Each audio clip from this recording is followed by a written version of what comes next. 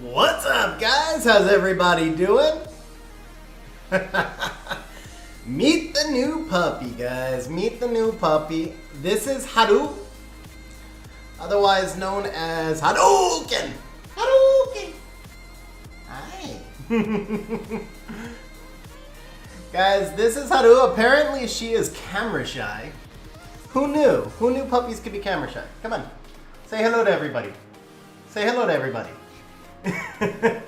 What up, Ozzy? What up, Colin? You know, how you guys doing? Aww. Hello. Say hello to Jasmine. Say hello to Jasmine. Hi. Hi. Hi. Come on. What up, Rena? What up, Bronson? How you guys doing? There she goes. There she goes. Come on. Say hello. Say hello. Say hello. Okay. Say goodbye. Apparently she is camera shy.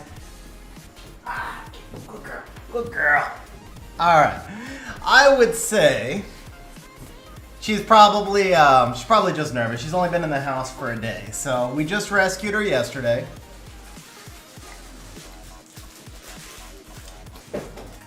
But I thought I would do her introduction on stream today. She's definitely got a little bit of adjusting to do.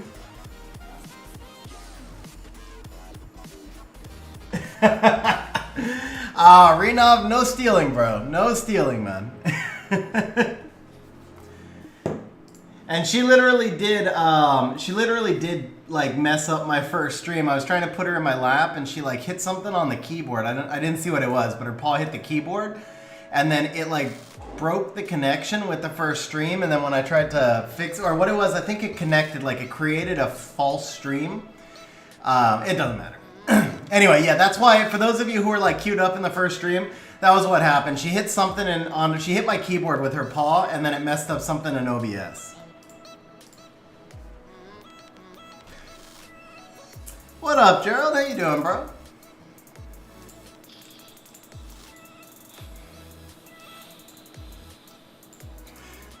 Oops. There we go. Yeah. Alright, so we dropped. We're ranked 206 right now. We're going to see if we can hit G3 on stream. Technically, top 300 is G3, but you also need to have 1,900 points. So we're going to see if we can hit G3 on stream today, or if we can hit G1 on stream. I could just lose 80 points also. I know Yo-Yo. I don't remember him having toxic LDs. He plays, I was just about to say, he plays more Chung. I know he'll draft Juno Masha here. I just can't remember. I think, oh no, he does the Charlotte John. That's what it was. Okay.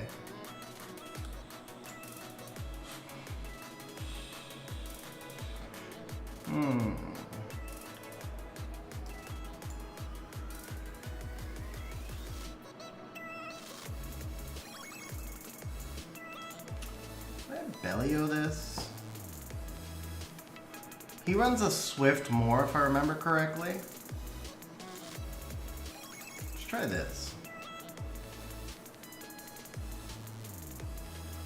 I have not done any 2v2. It's just a matter of time, man. I just never have enough time.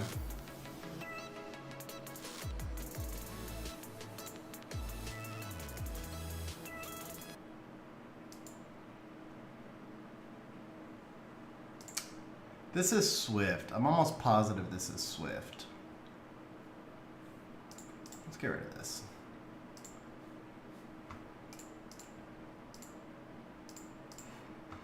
Up into the music here. Here we go.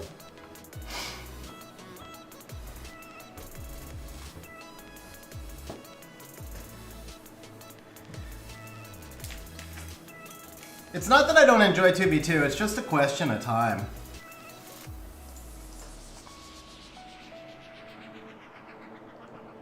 Oh, I mean, that was fair. Like, can't really complain about that one.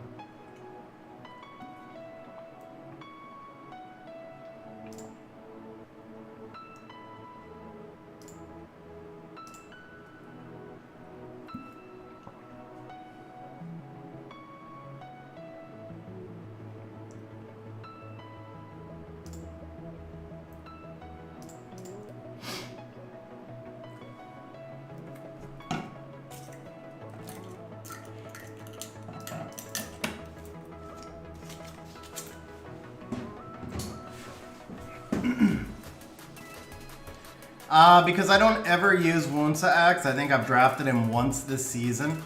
But Wunsa's just not very good. Anytime that I really want a second Swift unit in that spot, Teshar is basically always a better pick.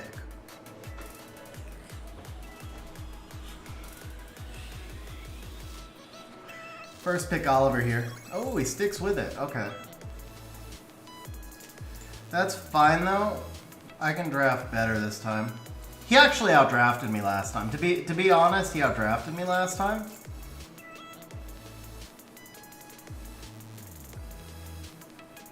And I just got lucky with the double counter because Juno's only 15% revenge.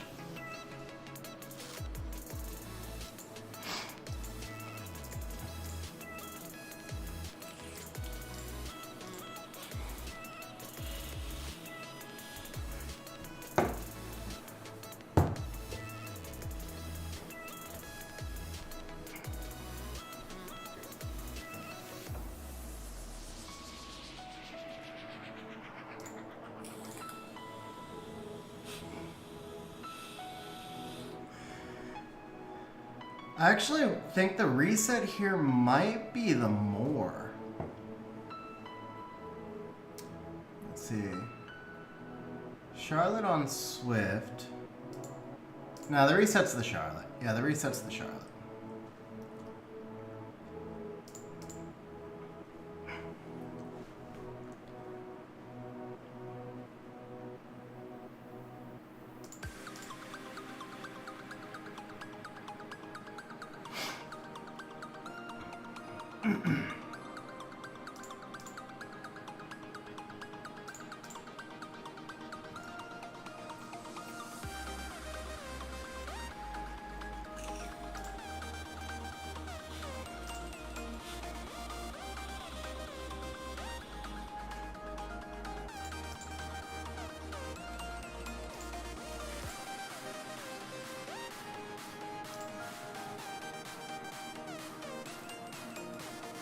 Ooh, see, that's why I reset that's why I tried to push back the Charlotte.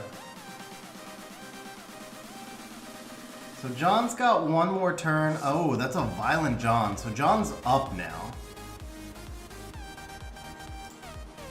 John's up. Charlotte's got one more turn.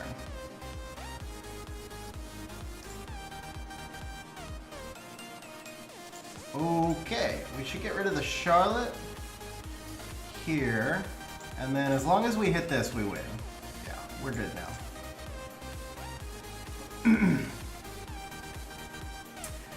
Volantis missed everything. Well, not everything, but Volantis missed a lot both times. So, let's see. You know, I've tested John some, and I don't know. I mean, I think John's good, but I guess I never really built him into my comps. I don't have room for him in my comps, so I'm probably not the best person to answer about him because I really don't have the experience with him, right? But I think Sekhmet and John can make a good team. The thing is, as long as Sekhmet doesn't get reset, and that's always a big as long as Sekhmet doesn't get resisted, and that's always a big as long as, right? But as long as Sekhmet doesn't get resisted, a lot of times just resetting one key unit can win the match for you, but it obviously helps a lot that I have the Volantis to give me cut opportunity. Now, if you don't have Volantis, you would use Hagang in his spot, but the Volantis is obviously much better than Hagang. So it's hard for me to say how well a comp like that would work when I don't have any experience with it. How is it? I mean, all bombs are the same. So John's attack is somewhere in the middle of the range as far as strippers go, but all bombs are the same. So it's the same bomb damage as any other bomber, and it just depends on how you build him.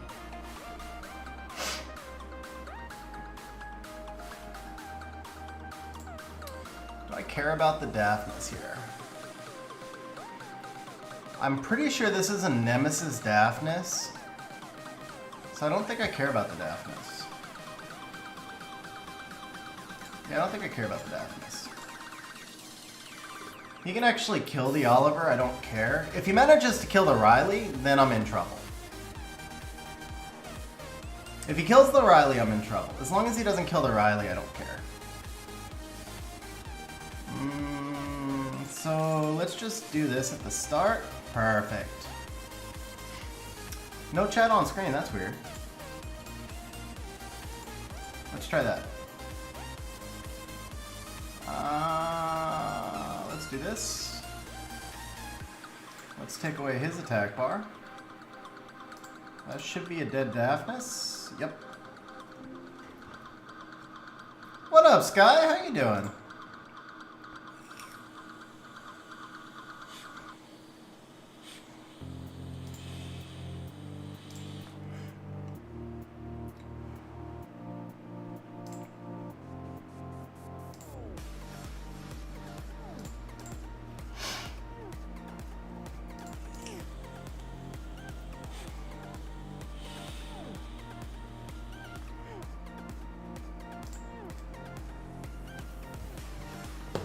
Are we G3? Oh, one more, guys. We need one more win. Okay, why is chat not showing up on screen? That's weird.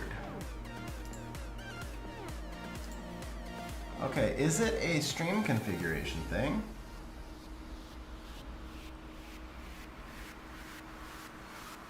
Hang on. What's going on here? Okay, there we go. So we got to close this. Let's bring this here. Why is chat not showing up on screen? Live chat replay. Huh. What up, First Fight? How you doing?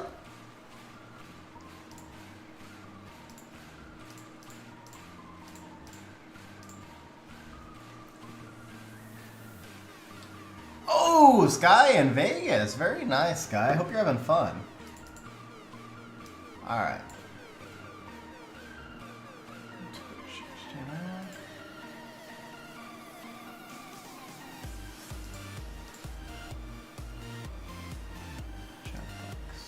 Move this here. No? I have no idea what's going on with the chat, guys, so I guess we'll just go to full screen for today. I guess we'll just do this for today then.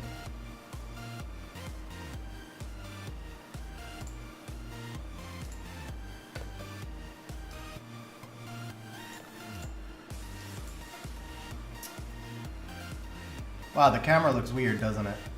Okay, let's fix this.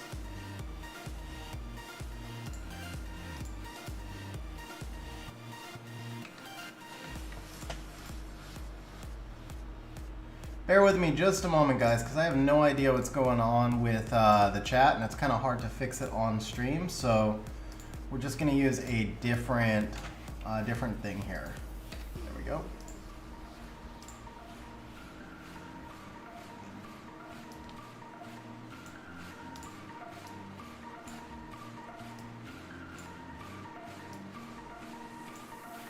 Huh. That's weird also. Okay, let's just delete that. Okay.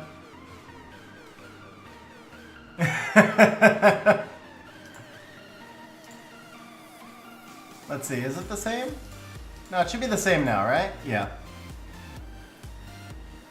How long do you need to farm to get a 200 speed Swift set? I mean, I have no idea, but seems reasonably fast, like, because we're working on the alt right now, so a lot of it is obviously, are you doing your gem, are you doing Rift? Because 20 of that speed is going to come from grinds. But I haven't done a ton of rune farming on the alt, and you can see we're at, what do I have on the Megan right now? I'm at plus 173 on the Megan, but this rune is ungrinded. I think this rune has a low grind.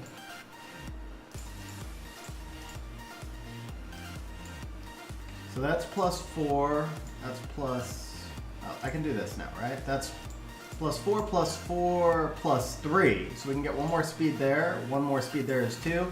So we're missing 6 speed, so the Megan could be plus 179 as like a 12-day-old alt.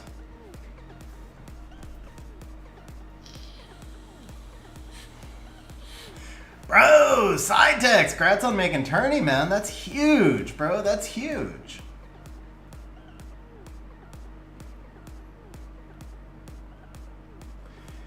And that reminds me, I may actually have faster options now too. I honestly have not done a ton of farming on the alt, but there you go. So this is, let's see, 26, 20. That'll get to 20, right? Slot 1, this is 24.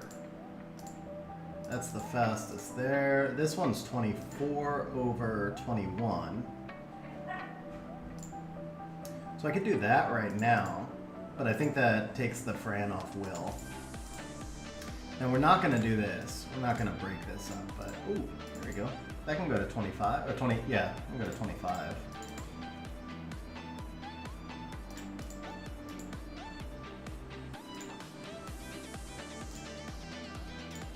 I think this is it. I think this is about as fast as the alt can get right now. So that's not bad though. I mean, we can gain, yeah, so plus 176. Can still gain a little bit more.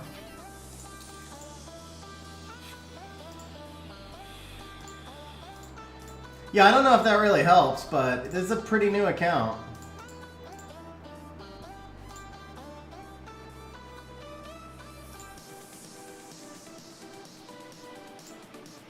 Just do broken? Yeah, we'll just do broken.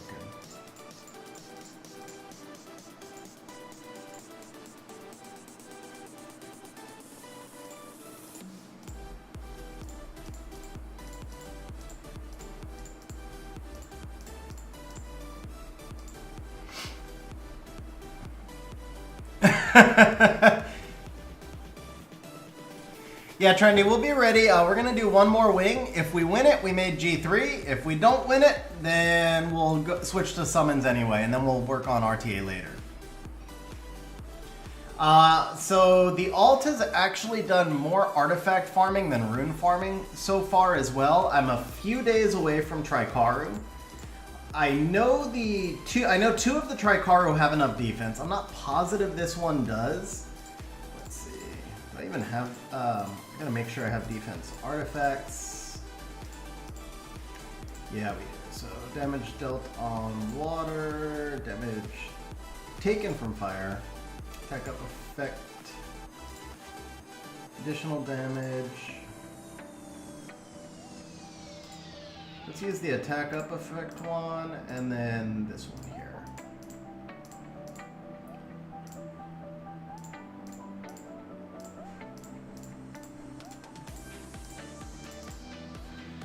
So this is where this guy stands. I think he's gonna have enough defense. I think he's gonna have enough. If not, I can probably grind the difference. We need 50% more EXP, and then I should have Trikaru. No, Sam, that just, I won't need it. I shouldn't need it, man. Worst case scenario is I have to farm a little bit of extra rift just to get the grinds. But it's so easy to get there. I mean, worst case scenario is like I just go ahead and put, you know, do a little bit more on my defense tower too. But it's so easy to get there. It's so easy to get the defense. It's actually more a question of if the Vertihile has enough damage. Hoping and thinking that he does. But I guess we'll find out about the Vertihile. My guess is that the Trikaru won't work in PC 10 to start. But as long as it works for Necro, then I'll be fine, because then I can farm the Rage Runes for the Vert. And so that's kind of the main thing, is will it work in Necro? But yeah, I mean, let's see. Defense Tower. Defense Tower is only level 7, so there's plenty more that I can get there. And the other two Ikaru are both like 60 defense over what they need. I am actually really strongly against using the gargoyle thing for dragons. I know there's some people who say that they've gotten it to work, but in my experience it just causes fails.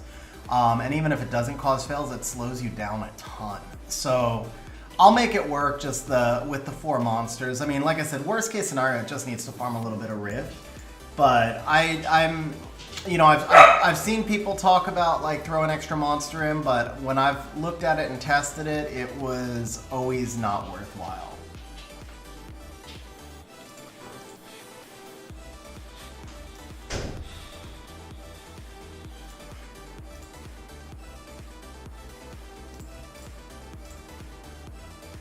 It just slows you down too much. Even if you get it to work, it's gonna slow your runs down so much because it takes away the perfect AI.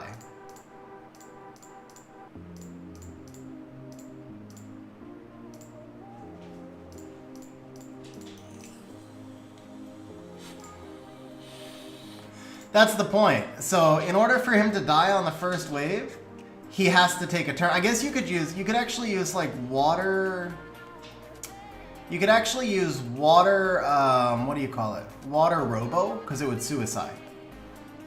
So you would use Water Robo because he was suicide, but it's the same thing. If you're using Fire Gargoyle, then he's taking a turn. If you're using the Fire Vagabond, then he's taking a turn. And if you expect them to die, then you expect them to get hit. I don't think that's necessary. I really doubt that that would be necessary to get to the point where I'm letting the monsters do attacks, or to where I have to run like a really fast unit in there.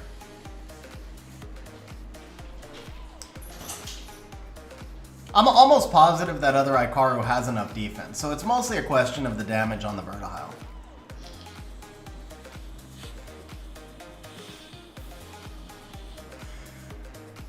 Bastet Cleave? I don't recognize this guy.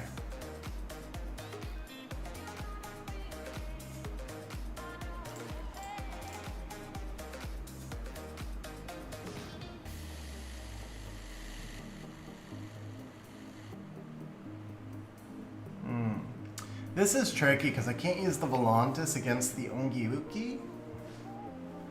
But I kind of need the Volantis, don't I?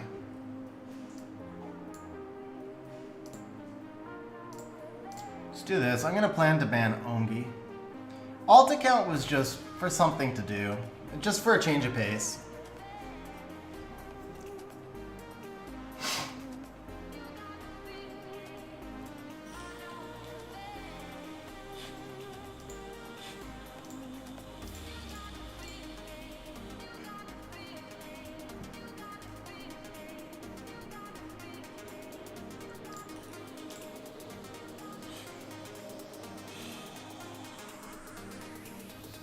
I have not, Devin, and honestly doubt that I will.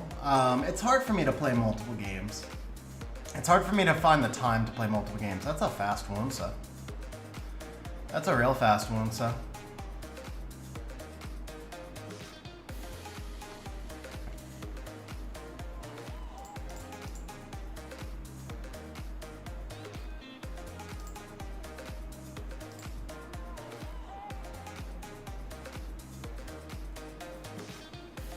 So if it's the same guy, at least I know to ban the Wunsa.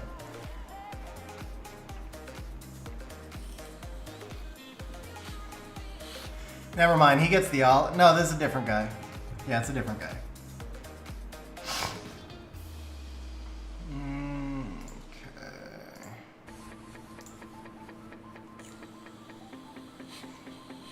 Yeah, Teshar is still one of my highest win rate units. I think the only unit with a higher win rate than Teshar is Julienne right now.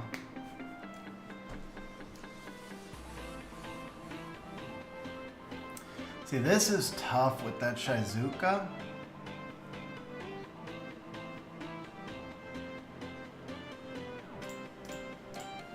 I think he wins this. That's an interesting pivot. Yeah, Teshar is OP, man. Teshar is absolutely OP.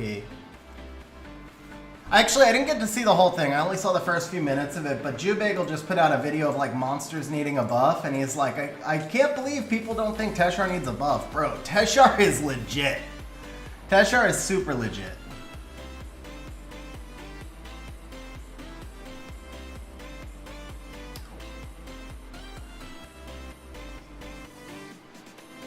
Teshar base is 114, I believe.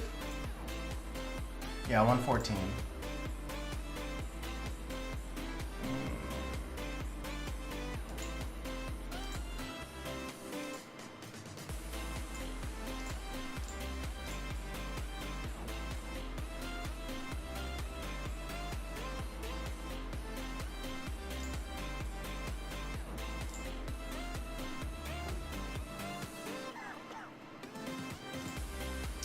Problem with Nana is he's going to ban the Bulwark either way. I wanted some sort of sustain so that the Gyu doesn't just get overwhelmed.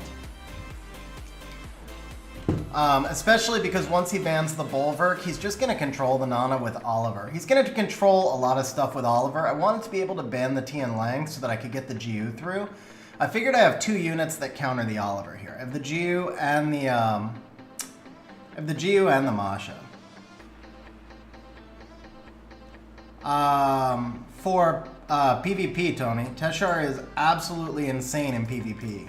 For RTA. For RTA. I don't think I would use him in Siege, although I might. I'd probably use him in G1 Siege.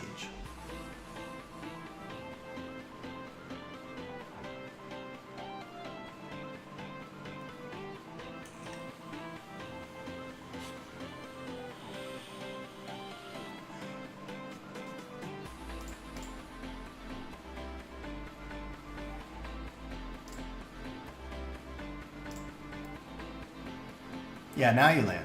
A little bit late.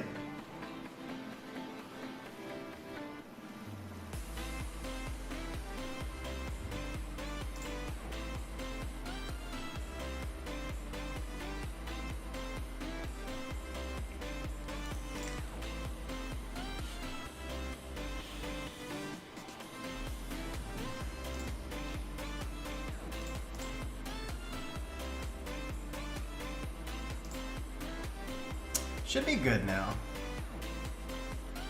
Fang should be able to solo this. Even though I'm going to lose the Masha, Fang should be able to solo this, I think.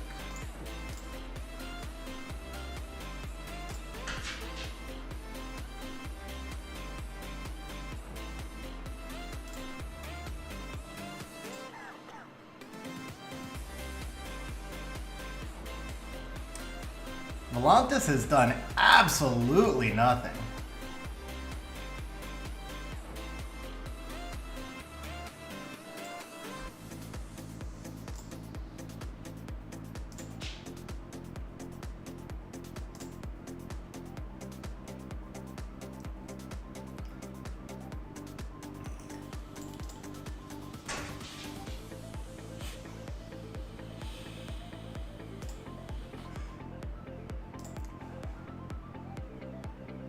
Actually, Gyu's done nothing also. This is such a weird fight. Like, everybody's done nothing. It's like just a pillow fight.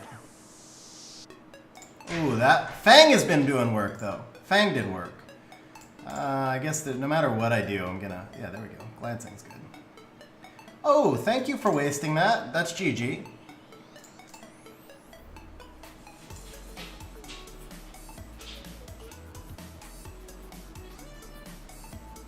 Actually, it's not GG because he cycles back, right? Yeah.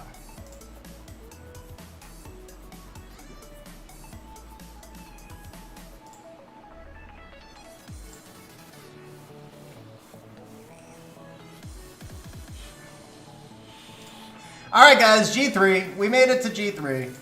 That was what I was trying to do, was get to the G3 on stream. Let me see if I can show you some replays of Teshar. I don't know if I have a lot of Teshar replays or not right now, but we'll see. So we did, how many wings? Like 5 on stream, so we gotta go back to here.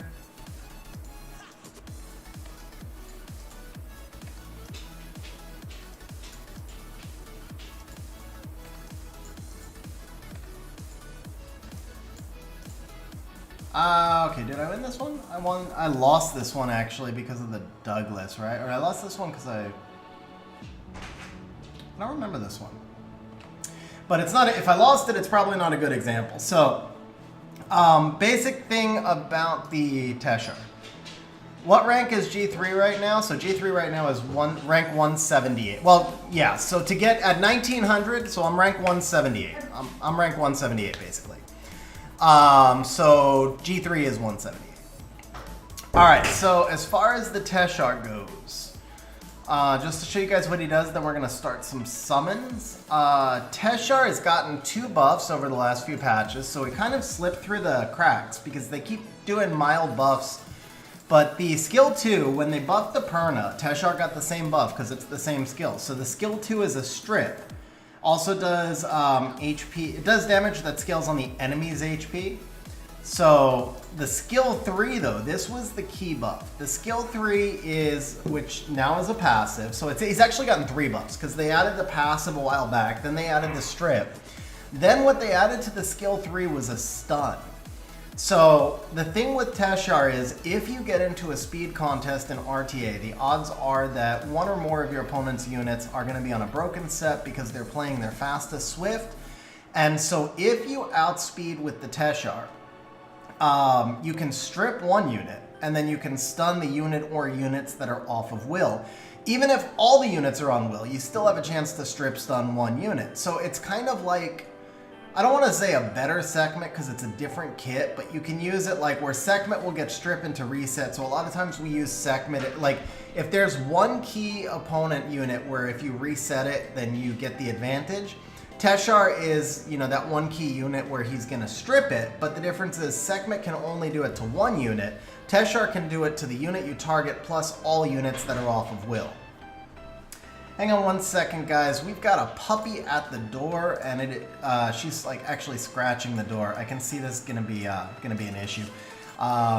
So we're gonna be right back, guys. We're gonna be right back.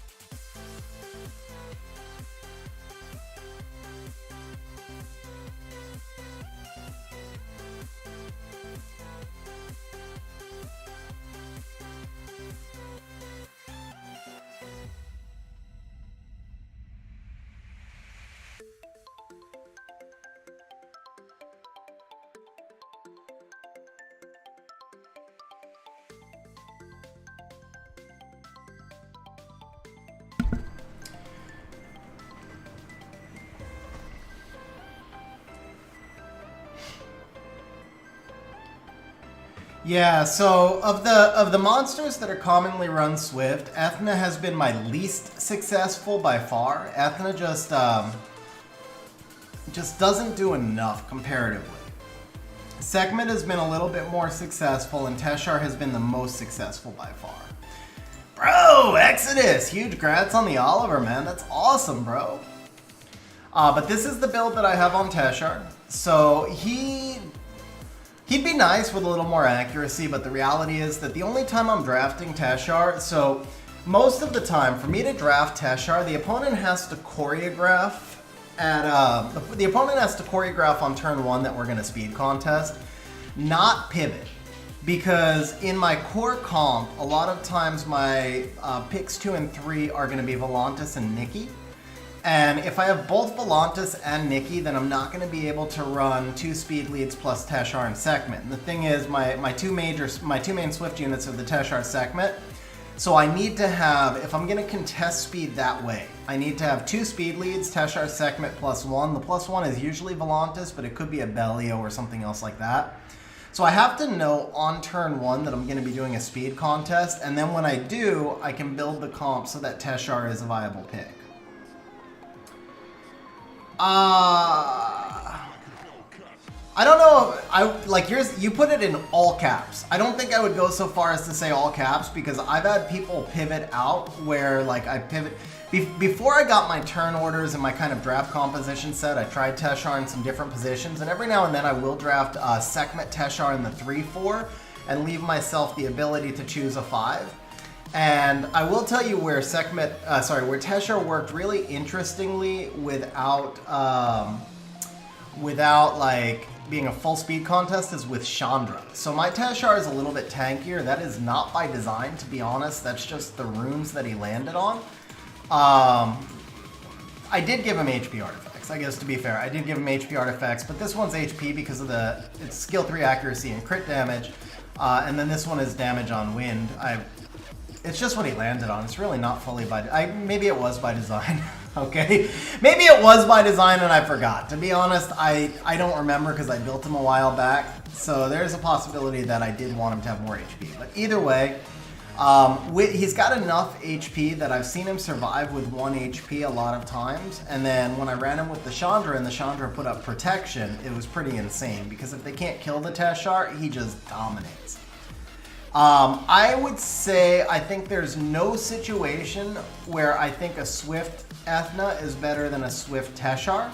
But if you're talking about Violent, then certainly Ethna will be better than Teshar. But I think there's no situation where I would take Ethna over Teshar if both builds are going to be Swift. unless maybe you just feel like that 5 speed is absolutely necessary because your Swift is not fast enough. That's the only situation I can think of. Miles, different usage because Miles counters different stuff. He's different element, but Miles is pretty OP. Thing with Miles is you almost always want him on bio. So yeah, I mean, I don't know. I don't know exactly how to answer your question. I would say, I think maybe I misunderstood your original question because you said he only works in a speed. I thought you were talking about speed contest. Maybe you're talking about speed set. So I think you can use a Swift Teshar even when it's not in a speed contest.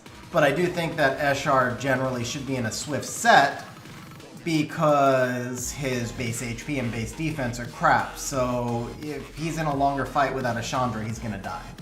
So I think maybe I misunderstood your original question. Miles, obviously Bio Shield. Ethna, at this point, because Teshar is so much better than Ethna, if you have both options, unless you, I would say that, I mean, the 3 main Swift counters are going to be Teshar, Sekhmet, Ethna. So if you have all 3 of them, then Ethna should just be on Vio, Despair, or not ruined, because Sekhmet and Teshar are just a big notch above Ethna. I like Despair better for Gyu. I have not really had a lot of success with her. I think you got on after the last draft, but you can see like the common counter to the common counter that you're seeing right now to an Oliver first pick is Masha Gyu, and I swear I don't think I've won a single match where I drafted Masha Gyu. I do draft Gyu, but I moved her into the 4th pick, and I don't know. My win rate with her is not astounding yet. I think Gyu is super strong, so I don't know if it's my build, because this was not optimized. Tony, I'll show you the build in just a moment. Sorry, Tony. Not ignoring you. But this was not optimized. This was a manual build, so maybe it's just that my build on her is not good. That's a real possibility. It's just that the build is wrong. But I don't know. I'm not getting the success with her. When I face her, she's an absolute nightmare. Like, she just causes so much trouble for me. So I'm doing something wrong. I'm either drafting her at the wrong times, I'm not building the proper comps, or I am just not in the correct build. And I'm not sure which it is yet. And the only reason I haven't optimized her build is because I really don't know what the proper build for her is yet. To be fair though, I haven't done a lot of wings lately. I've been pretty tied up with a lot of stuff, including the puppy, and so part of it is I just haven't given her enough testing, I think. Here is the Fang build, Tony. Side text on stream right now is going to tell you that resistance is not necessary. I'm going to tell you that I will never build a Fang without resistance, and I think there's probably cases for both. Actually, I don't. I think every Fang should have max resistance, period. but I know that there's people who would make a case that that he doesn't need it. But this is the build that I roll with, and I personally feel like the resistance is a huge important part of this build. Yeah, so side text, the thing is, like, I get Gyu in against the finesse stuff, but I also think that, I don't know, if there's some monsters that just seem to get resisted more than others. My Gyu just gets resisted, like, constantly, just like Okeanos seems to get resisted more than others.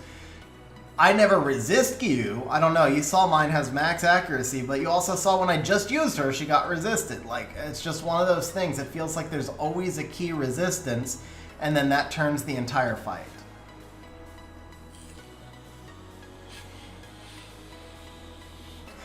While he doesn't really need crit rate, the crit rate is noticeable in the damage. It's not a bad thing to have some crit rate on him. It's not necessary, but it's not a bad thing.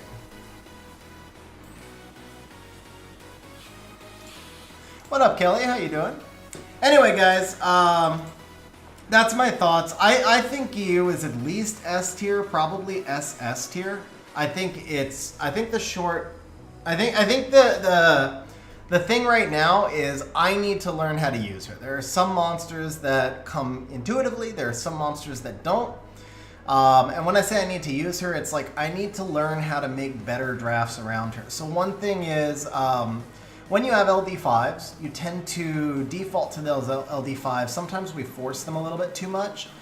And I feel like there are actually not a lot of LD5s that synergize great with Gyu. And I don't have, because I have a lot of LD5s ruined, I don't have some other monsters that are common in G3 boxes currently ruined, because you can only ruin so many monsters before you run out of runes. So for example, I think you might pair, let's say, amazingly well with Miles, who I don't currently have ruined because I didn't have a spare 280 Bio set for him, and because he doesn't get into enough of my drafts because I have LD5s that tend to be better than him in many situations. And so what that basically amounts to is when I draft the Gyu, she tends to wind up being put in with either a Volantis or a Nikki. Not always, but these are just examples, right? So if I put her in with the Volantis, then I can struggle to wind up getting enough sustain and enough protection. So I wind up like without immunity or without sustain, one of those, and I can also have trouble getting enough damage out because Volantis by himself is not a high damage dealer.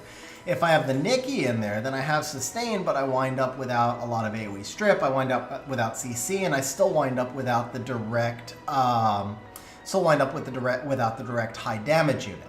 When I've tried Gyu with Dominic, I don't have enough protection. And again, basically what I'm saying here is I have an LD5 heavy box. That's not a bad thing. That's a great thing, actually. But it means that I may not have the monsters that I need to properly synergize with Gyu ruined well enough. So I could also have some monsters ruined right now that are just not, like my Praha is ruined like crap, man. I mean, this is like gotta be, since I am currently G3 right now, right? I can say this is probably the worst G3 Praha in the game at the moment. Like this Praha is so bad. This is such a trash Praha, and it's because I don't draft her. Honestly, like, I probably should de-rune her because the thing is I don't draft her because in most drafts either Lima or Abellio is a better option than Praha, particularly for me. And then in the very few occasions where I do think that Praha is a better pick, I'm taking a massive rune drop-off. If you compare her to the Lima, or even if you compare her to the efficiency on my Abellio, it's a massive drop-off in rune quality. And so ultimately the Praha just never really winds up working out for me, and for that reason I keep stealing runes away from her to put them on other monsters. Anyway, all of this like long-winded, the moral of this story is basically like Gyu is probably an SS tier monster. I probably don't have the correct monsters rune to complement her at the moment. And every time you work a new monster into your box, it takes a while to figure out how you build the proper comps to synergize with that monster.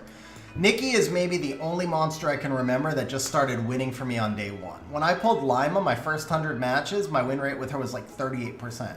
When I pulled Volantis, my win rate with him was low. And I mean, even when I started working in, my win rate with Shizuka, 40%. Like, whatever monsters I pull, when you work a new monster in, you have to figure out which comps they fit into, and then more importantly, how you build a draft that allows you to get to the comp that works with that monster. And then you have to have the proper monsters ruined to fit into that draft. So it's a combination of prep work, of understanding the monster, and understanding the draft. And in this case, I think I need more practice with Gyu. That's basically what it is.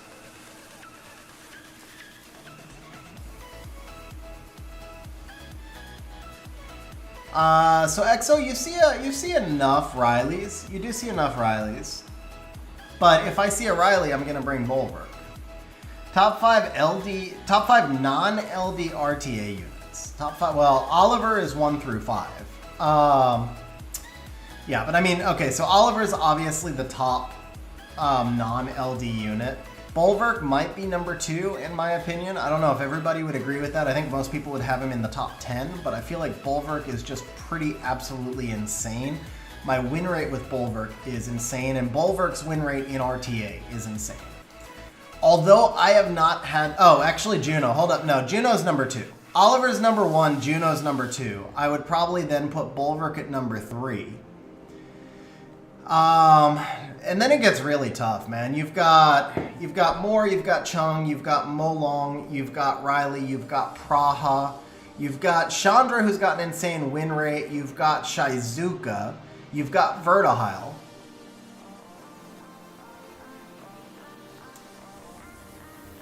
And you've got Gyu. and you've got 8 monsters that would all compete for the number 4 and 5 spots. Maybe, oh, Dominic. I don't know if I mentioned Dominic. So if I didn't mention Dominic, that's 9, and Nana's 10. So you've got 10 monsters. Just off the top of my head, 10 monsters that would all compete for those next spots. I could probably drop a few of those monsters out. Like, I don't think Moore actually belongs in there. I think Moore is part of... Moore is just a necessary speed lead, but I don't think Moore by himself is amazing. Chung, on the other hand, Chung definitely belongs in that conversation.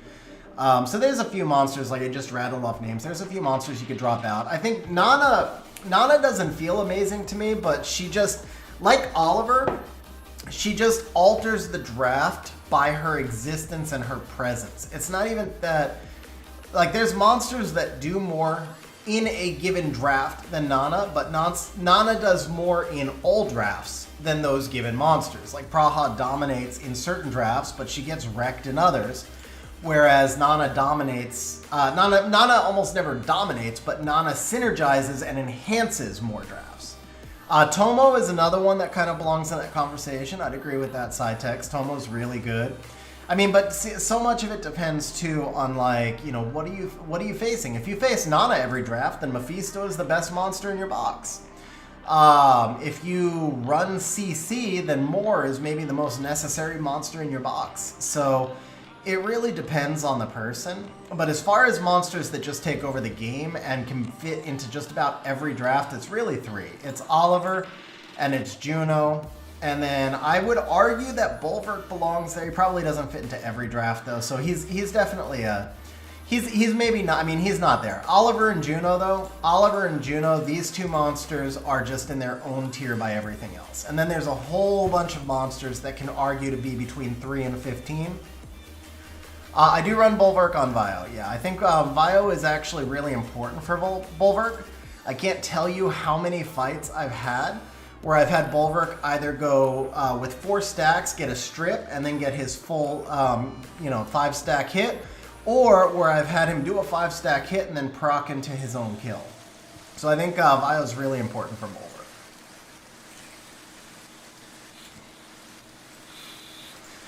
Personally feel like Dominic is extremely overrated. I think Dominic's a great monster. I think he belongs in that conversation for top 15. But I feel like he's very overrated.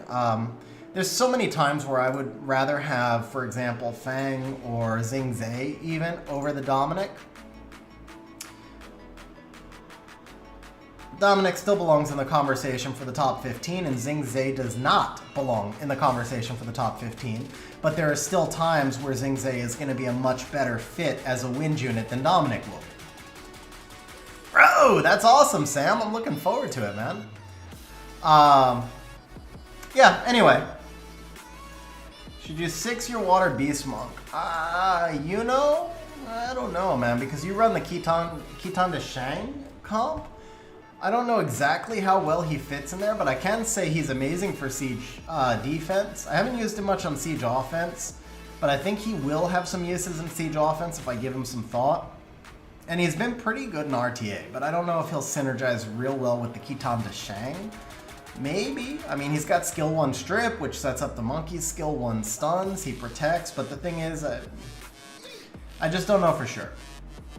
Can I explain my Chandra use cases?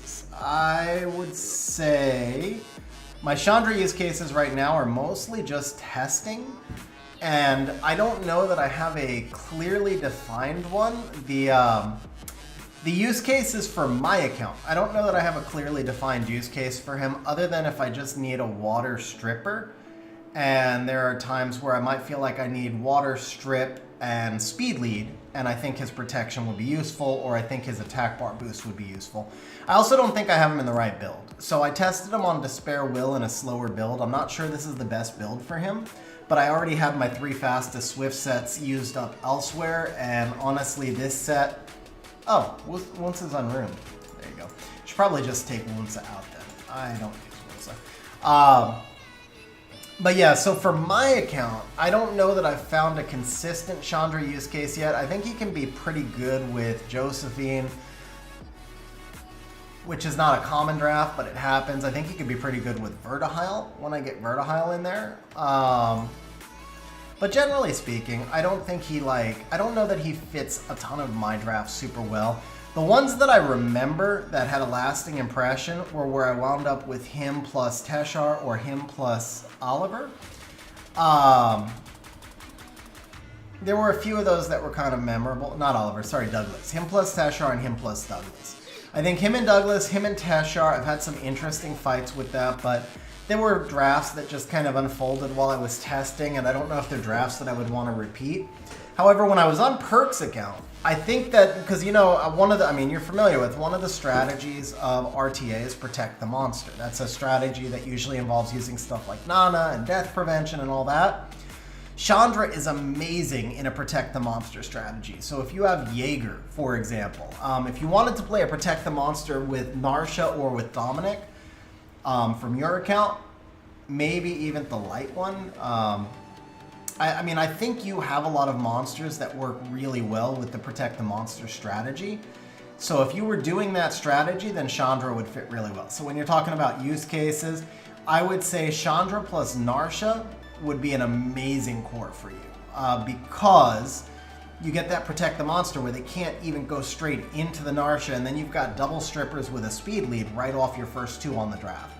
So I see Chandra and Narsha having great synergy, for example.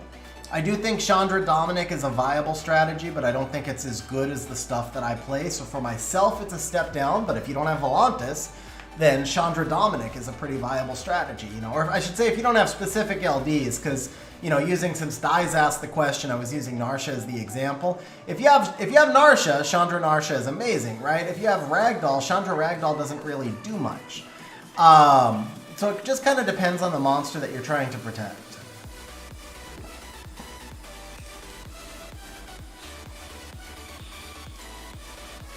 All right, on that note, I think we're ready to jump over and do the summons for Trendy. I know Trendy is East Coast, and he's probably like, get on with it. So we'll jump back, and we're going to do some more RTA at the end as well, but I'm going to jump over and do the summons for right now.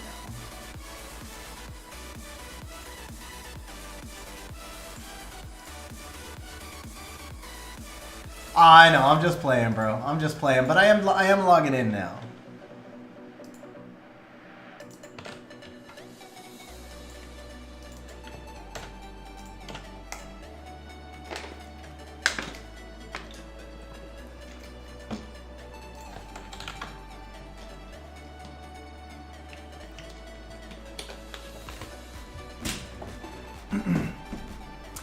I will say this though, I have done virtually 0 rune changes for 3 seasons now, and I'm having more success this season than the last 2. I don't know how much of that has to do with the meta. I don't know how much of that has to do with the strongest players haven't started playing yet. I don't know.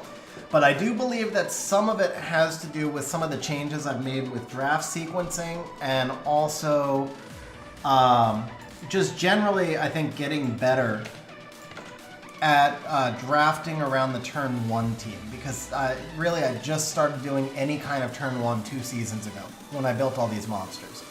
There have been virtually no changes in my runes for 3 seasons, which is a really long time. I haven't even re-optimized artifacts for 3 seasons, and that's a lot of farming that's been done. A lot of fast runes that I've picked up and big artifacts I've picked up just sitting in inventory. So I think when I do rebuild, I will probably notice some improvements in the overall rune quality. But I do believe that of all the stuff I just said, maybe the biggest change that I made that I've really noticed dividends from this season is using a Abellio. So I have started to get 1,000 times better at using a Abellio, and a big part of it is baiting for Abellio. I've changed some of my draft sequencing to bait my opponents to draft into situations where I can last pick Abellio and let either Abellio dominate or I get my core comp. And I wasn't doing that baiting at all in previous seasons. I barely drafted Abellio. I barely drafted Abellio the last 2 seasons.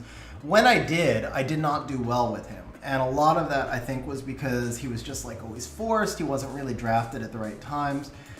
And it's not, I don't think my win rate with Abellio is insane this season. I'd have to look it up, but I think it's probably only in the you know, 55-60% range, which since my overall win rate is 60% or just under, that's not anything insane. But the difference is that I'm turning a lot of fights that used to be a guaranteed loss into a win in those particular drafts. And that's influenced my overall win percentage to increase by nearly 5. So although Abellio himself does not have like the best win rate on my account, what he's doing is replacing what used to be losses and turning them into 55% win fights. And that has a big impact on the overall win rate of my account. So just out of curiosity, I just pulled it up. Abellio's win rate for me is actually 68%. So we'll do this as the last thing before we start the summons. A lot of people were asking about some of the different units, so I can show you guys where some of the win rates are. But I can tell you the new monsters that I've worked in more, it's Abellio and it's Teshar, and then beyond that it's just a lot of draft sequencing. And Gyu. So Abellio, Teshar, and Gyu are the 3 units that have any kind of volume drafting for me that's new, and everything else is just draft sequencing. Let's see, so I actually don't have... Let's see, what if I do this? Okay. Let's see, so we're gonna go transform, edit transform, just cut like the top 100 off of that. No.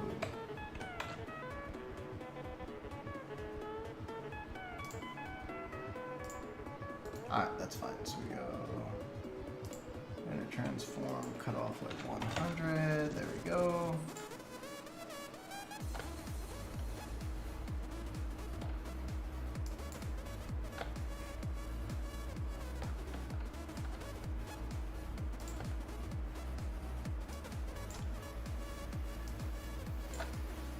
All right, there we go, guys. So that's win rate data. I did win the only draft with Wunsa, excuse me. But we'll say monsters drafted over 10 times. Actually, let's go with 8 because I think Josephine deserves to be looked at there. So if we look at monsters drafted 8 times or more, let's see, the Teshar win rate is 58% on 43 drafts. So Teshar win rate 58%, pretty significant. It's higher than the Sekhmet at 54. And then the Abellio win rate 68% in 11% of my drafts. That's big because a lot of those drafts where I'm bringing in the Abellio are drafts that I used to lose. So I turned around a lot of losses and turned them into a 68% win rate. Now there's, more interplay than that, obviously, because setting up to be able to draft Abellio puts me in a position where sometimes I might lose a draft where I would have won it previously. But it gives you an idea. The Douglas win rate for me last season was really low too, so I'm drafting him better this season. That's significant. And then the Julien win rate is just freaking insane, man. 73% on 52 drafts. So I've been really happy with the Julien performance as well. Anyway, that is the info. So guys, we are now going to start the summons for Trendy. So Trendy gave us a list here in chat. We are looking for more Rika, Belinus, Alicia, Poseidon, and then as far as the LDs go, any non-HOH LD4. So we got 2 SWC scrolls, which we're going to have to fill out a list for. We've got 5 cookie run scrolls. We have 1 trans scroll, which is nice. 6 legendary all attributes. We have 21 legendaries. We have, 13. So we have 47 LDs. And then we have, 217, 343 elementals, and then 49 mysticals. So 392 total non-premium scrolls. Also looking for Siege and RTA meta toys. Now we do have a blessing as well. So we've got more Rika, Belinus, Alicia, Poseidon. So there's 3 waters in your most wanted unit. So I think we start with the water because we have the blessing. Actually, you know what? We need to start with the stuff that cannot pop blessings because we have a blessing. So it's going to be the cookie run and the legendary all attribute. We'll start with those. SWC is configurable, so we do that last. So Trendy, bro, huge good luck, man. Thank you for asking me to do your summons. I appreciate it. We've had a couple of really strong summon sessions recently. I hope we can knock out one more for you, get even just one off the most wanted list, and then just like a solid overall session would be amazing. In terms of rates, we've got 7, 13, 34. So that's 2.5 Nat 5s there, and then 2.5 more here. So the overall rates would be for 6 Nat 5s, including the Transcroll. So we should summon 5, and then we should get the Transcroll. We're looking for 6 Nat 5s overall. We're going to start off with the Cookie Scrolls, and watch the game just crash now because it's not ready for this. But yeah, we're going to start off with the Cookie Scrolls. We're going to see if we can start off with one LD5. That is not an LD5. That is not an LD5. All right, we're going to go ahead and do some betting here as well. I forgot to load up the bets. I'll do Nat 5 bet. Let's do yeah, I'll make that I'll let you guys go a little bit bigger today, just for fun. We'll do 1666 and start. All right, bro. Good luck, man. We got 6 tries for an LD5. All right, that's water. So that's no, we have 5. We have 5 tries.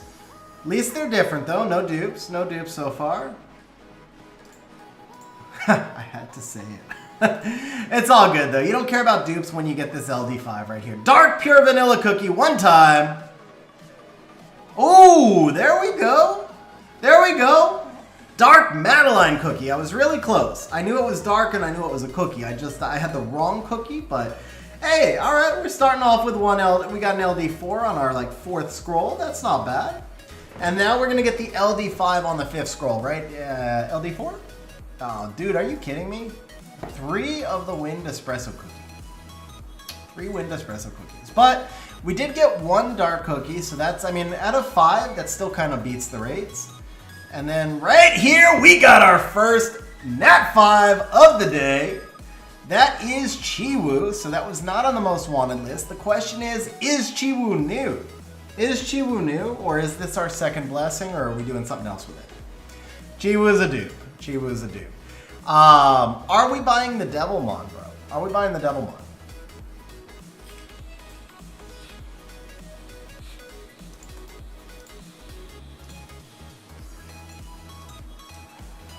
Okay, we are buying the Devils. So overall, remember our rates were 6.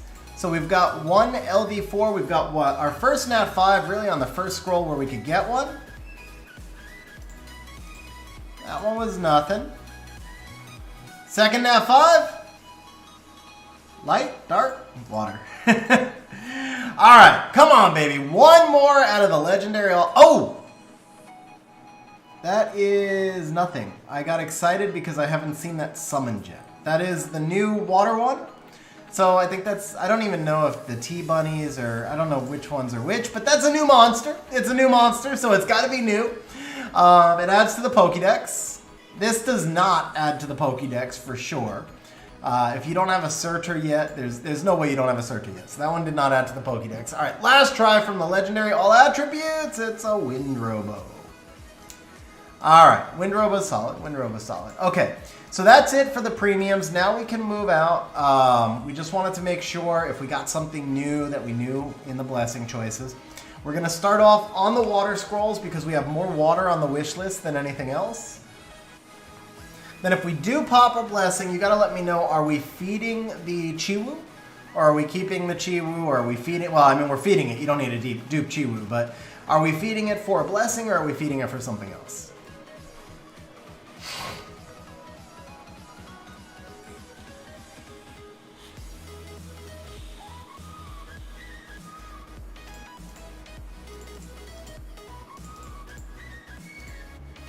Okay, all right. First spark, second spark, all right, that puts us ahead of rates. Went from behind to ahead in 2 scrolls. It's 123? Yeah, it was 123 water scrolls, I believe. That's 15. Can be for a blessing, okay. Oh, I think I saw a stutter there. I did see a stutter there! We got his most wanted already, guys! Most wanted unit already. Huge congratulations, bro. We got the more, and we got a Chiwu, bro. So we just summoned 2 speed lead strippers in a row, even though the Chiwu was a dupe, bro. All right, man. Huge congrats, bro. Seriously, most wanted unit right out the gate. Right out the gate. We're also rocking on the. Man, I was like, I think I saw a stutter. I think I saw. But dude, that was pretty awesome. I guess we don't actually start farming while we're rocking on the scrolls, but we do need to feed the Chiwu. If I can find the craft thing, here it is. Bro, huge congrats, man. That's sick. That's seriously like, that was so fast to pull most wanted. That might be like one of the fastest I've ever seen for like a most wanted pull.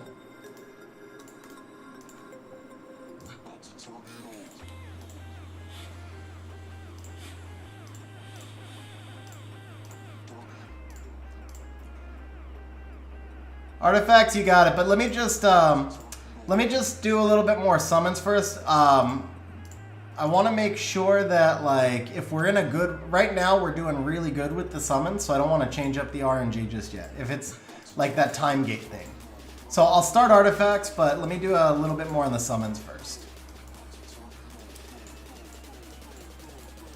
Let me also zoom this out. There we go. Okay. Alright, so it's 2 and 2. Let's go fire now. Oh, did I not buy the blessing? I didn't buy the blessing. Whoops.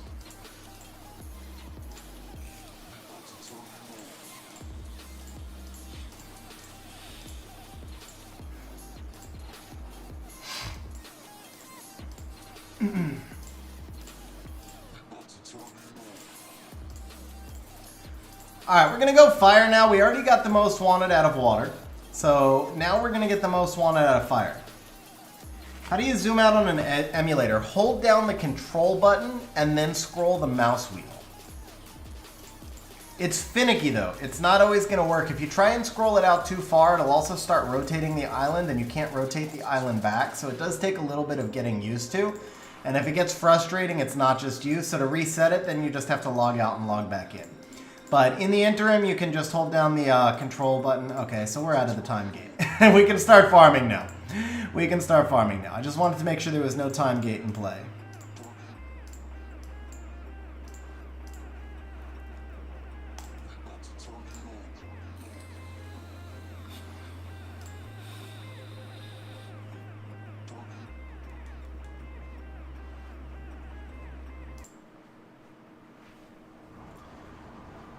Yeah, and like I said, Connor, if you have some troubles with it, that's normal. So just just log out and log back in. It does take some getting used to. It's one reason you don't see me scroll in and out that much on stream either, because it's easy to zoom out. It's more finicky when you zoom in than when you zoom out. I don't know why. It just is what it is. Com2Us has said many times they don't build support for emulators. They no longer really ban you for it, but they don't build support for it. So it's just finicky.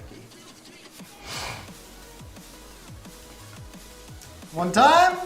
Oh, it's a cocky. It's a baby cocky. All right, sparks are coming, man. The sparks are coming. Everything's coming, honestly. Everything's coming. We got the more. I feel like we're going to get Rika or Belinus. I don't know why. I just have a feeling this is going to be like one of those sessions where we get the Rika, the Belinus, something like that. It's coming. It's coming.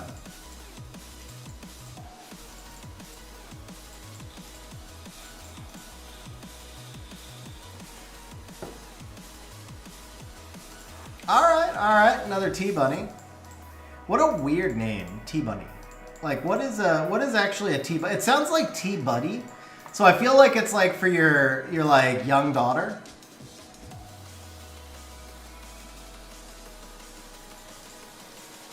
Did what wrong? Oh, you're talking to Sky. What up, Tariq, by the way? How you doing, man? Tariq, oh, no, wait, was that a flicker? No, I don't think so. I was reading chat. I saw it wrong. Okay, yeah. It's hard if you're not watching it directly. Sometimes it looks like a stutter out of the corner of your eye, and it's not actually a stutter. It just looked like one. Crypto, I'd be sad about a Duke Barber as well. I'm not gonna lie, that sucks. But, I mean, at least, you know, you can feed it for stuff. You know, when I started, you couldn't even feed them. It was just like, you just stuck it in storage. There wasn't even a monster storage either. It just ate up space in your storage.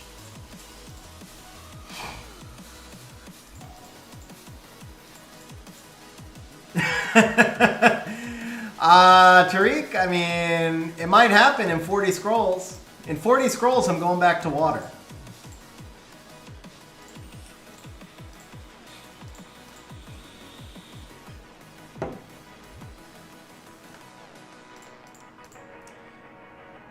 How many of you bet wind? Only one bet wind. Okay. That was nice back-to-back sparks. Looking for one more nat 5 here.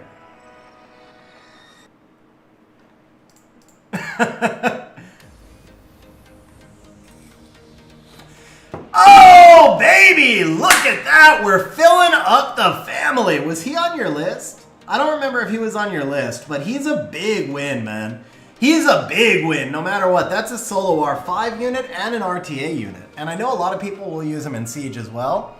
Bro, huge congrats, man. Huge congrats. Was he on the most wanted list? He should have been if he wasn't. He honestly should have been if he wasn't. Dude, this is not looking... This is looking strong, man. This is looking strong. He is on the list. Okay. We got two. We got two off the most wanted list. I am lucky that I did not... I'm lucky that I did not put up a bet for most wanted today. I'm lucky that we did not put up a bet for most wanted today. Bro, huge congrats, man. Two off the most wanted list is insane. And then we did have enough for one more blessing.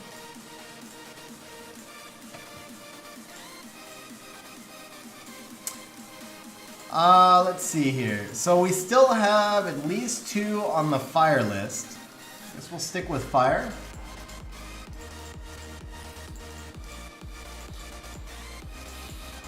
Dude, I'm stoked, man. I'm stoked. That is seriously like awesome. Like not just like stream talk stuff. Like I'm really happy for you, man. Trendy, for those of you guys who don't know, Trendy, long-time subscriber, long-time channel member. Trendy to date still has the best and worst re-app I have ever done. Did a 28 speed. Actually, I'm just going to show you, since we're on the account, let me just show you guys. This is the best and yet the worst re-app I have ever done because it makes you want to cry and then it makes you happy at the same time. How have you not put legend on this yet, bro? How have you... If this has been like a year, you got to get a legend grind on this thing. But look at this rune, guys. Look at this rune. 6 crit rate innate. 33 speed quad grindable, and it's freaking rage. It's the best and worst re-app I've ever done. It just makes me like sad and happy all at once to see that rune.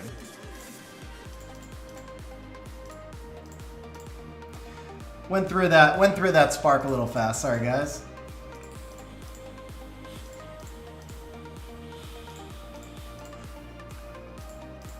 But yeah, bro, I'm super stoked, man. I'm super stoked. Honestly, on Endure, I feel like that rune would get more value. As a rage rune, it just has to be broken. Like, it just has to be broken. As an Endure rune, there's some limited use cases where you might want to have like a set of Endure. It's not frequent, but Bulwark maybe or something like that. I don't know. Yeah, energy would be pretty bad. But again, like there's limited use cases for energy. There's no real use case for a 33 speed rage rune with only 6 crit rate. Tolerance would be pretty bad. Not gonna lie. Okay, Banana Cow wins. I will say Tolerance would be worse. Tolerance would definitely be worse. I gotta give you that one. But still, I mean, it couldn't be Swift, it couldn't be Vio, it couldn't be Will, it couldn't be anything else. It had to be. We were working on a BJR5 team, so that's why the Rage Rune got re-upped.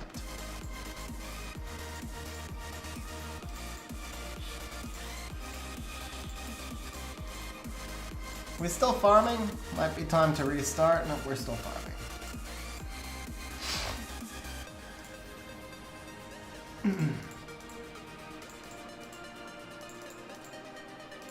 Oh! Alright, we got a spark back at least.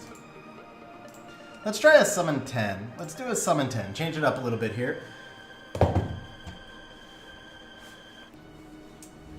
But yeah, guys, I mean, I say it all the time. Anytime I'm doing summons for somebody, I'm just like, it matters more to me to have a good summon session when I'm on someone else's account than when I'm on my own. So it's like, to see 2 of the most wanted come out is huge for me. LD5s too. Like pulling an LD5 on stream, I'm genuinely more excited when I pull the good ones. Like when we pulled the Yun Hung for John Turtle, pulled a Shazam for Isabel. Like when we pull the good LD5s, I'm genuinely more excited to pull that for someone else than I am to pull them on my own account.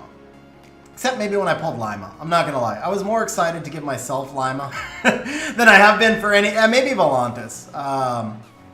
Some of the other ones, oddly, like the Julienne, I was super happy about Julienne, but I don't think I realized how good he would be for me until I had used him for a while. So I wasn't, and then Lima, I thought she was gonna be better. Like Lima's good.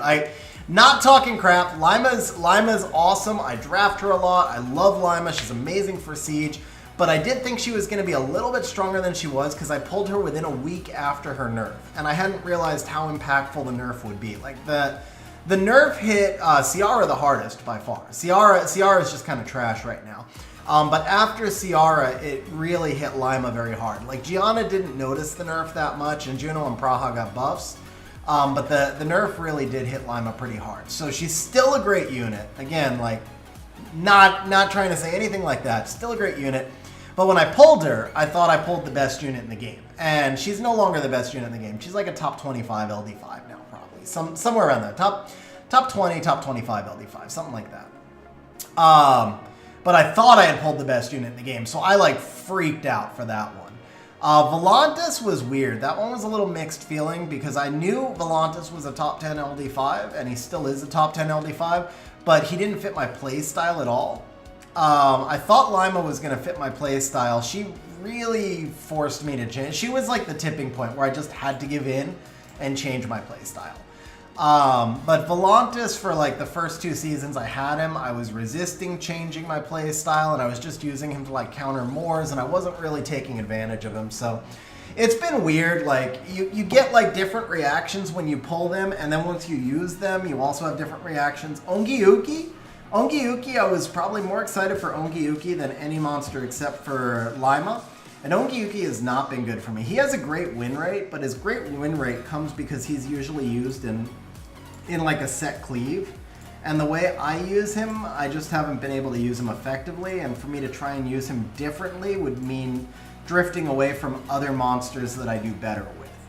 So Ongyuki, was like my second most excited monster, and you know, he didn't really do much for me. Whereas like Julienne, I was kind of like, again, it's an LD5 and I knew it was going to be a good one. So I was definitely happy, but I was nowhere near as excited as I probably should have been.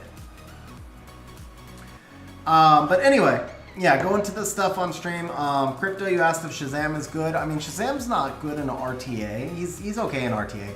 But Shazam is fun. That's the thing, is like Shazam to me is maybe one of the most fun monsters in the game. When I've gotten to use him, there's just something so incredibly satisfying about like getting up that AoE revenge. Like the AoE counterattack is just insane. And then skill 1 strip into a 2-turn defense break. He's got a really good kit. His base speed makes him challenging to use. But apart from the base speed, he's just got an amazing kit. And he's so much fun when you do use him. Trying to think of which other... Wally Young. Yeah, pulled Wally Young for 8 voices on the last summon session. Wally Young, probably the second best LD5 I've pulled on stream behind the Yun Hung. Arguably, depending on how you evaluate monsters, like what uses you want them to have, Wally Young is definitely one of the 5 best I've ever pulled. Because, for example, you can't really use Volantis anywhere other than RTA. Is it time? Yes, sir! It is time for a dupe. It is time for a dupe. Alright, Trendy, you said you wanted siege viable monsters. A dupe Camilla is actually not a bad thing to have. So we could take, I would say we take the Camilla either way. It's a question of whether or not you want to feed the Camilla or you want to keep her. I mean, if it were on my account, I would keep her personally. Because she's usable without skill ups, and she's useful to counter things like Dominic and stuff like that. She's really useful to counter Sagar. So if you see much Sagar on Siege defense, Camilla's insane. And then she's okay against Dominic. She's better against like Sagar. Okay, so we keep the Camilla. It's a useful Siege dupe. I mean, I would keep her on my account. Like seriously, I would not feed a dupe Camilla. Did I pay correctly? Yes, I paid correctly. So let's go ahead and reset this. So that was number 4 or number 5? I want to say that was number 4, right? That was number 4. So the rate said 6. That includes 1 trans scroll. So we're pretty much we're well ahead of rates right now. We got 2 off the most wanted list, 2 dupes, but one of the dupes was useful. So we've only fed one of the units. So we've kept 3. And the overall rates were 6. We got 1 more guaranteed with the trans scroll.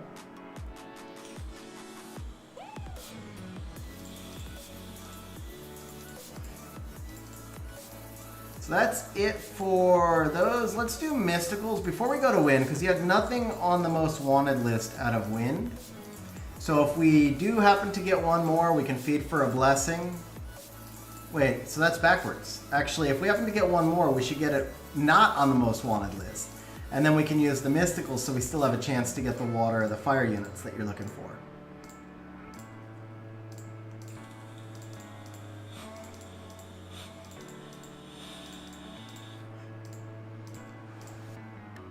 Dahmer, Oliver would be nice for wind? Okay. Since those are both really strong units, we'll go back to mysticals then. I would not mind getting a blessing for wind. I feel like the Dom in particular you would rather have over Rika or Belenus, because although Rika and Belenus, they're both really strong units and they're both really fun units. Thrain basically replaces them, and he's free to play. Whereas there really is not a great... The closest you can come to replacing Dominic right now is Logan. And Logan's a really great unit, but he doesn't match Dominic.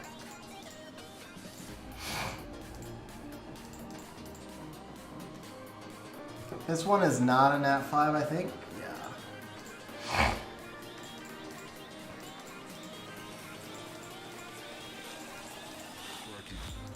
And then obviously for RTA purposes, nothing replaces Oliver, period.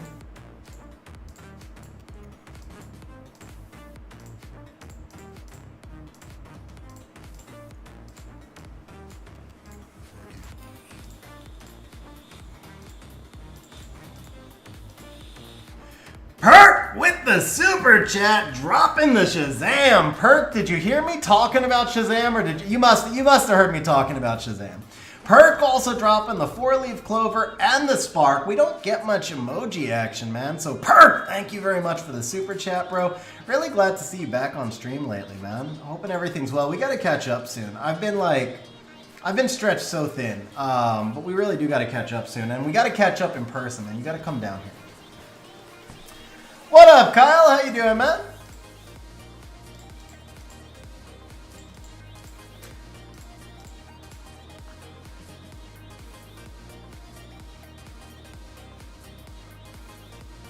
Okay, Sean B asked this question.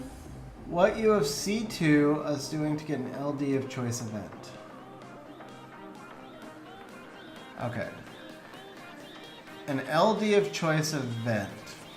I assume are you talking about, so if I understand the question fully correctly, you're asking what do I think if Come To Us did get an LD of your choice event. I think that would end the game, man. I think that would be freaking terrible.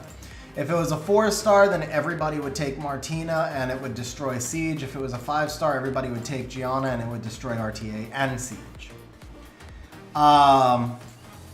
Yeah, I mean, it might bring people back for a week, but it reminds me of, for anybody here who's older, like in my generation, I know there's like, if you guys are Zennials or like, let's just say if you're 35 or older. So a lot of people aren't going to get this, but people who are 35 or older will remember this Game Shark.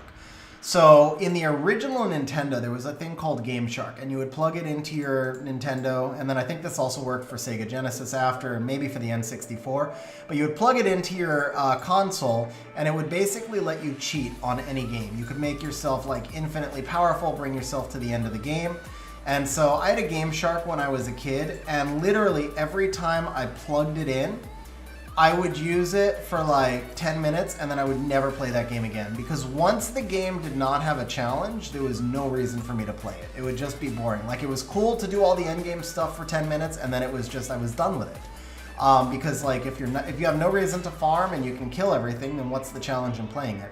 I feel like a Choose Your Own LD4 event would basically be a Game Shark for Summoner's War. Everybody would just take the one LD4 that they wanted. It would be a lot of Giannas. 2/3 of people would take Gianna.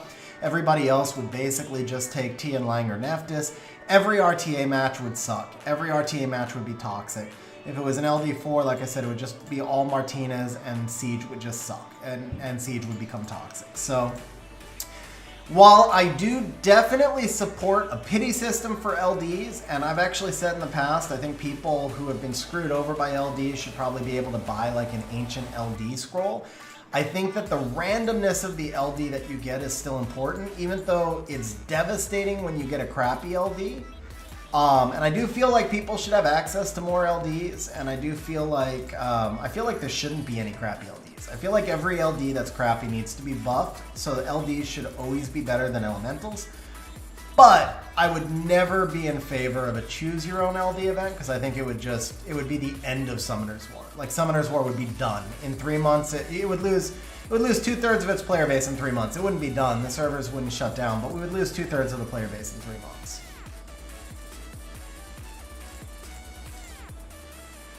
Pero, this is still pretty early in the season. I think that there's probably got to be a month and a half left. I'd say there's about a month and a half left in the RTA season. But that's just a guess. I don't know off the top of my head. I just know it's fairly early.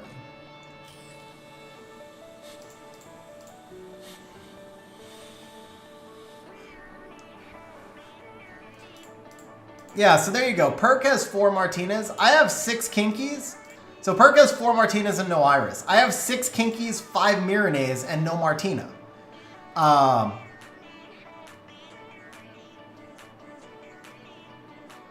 Bro, yo, sounds like a fun night and a really bad day tomorrow.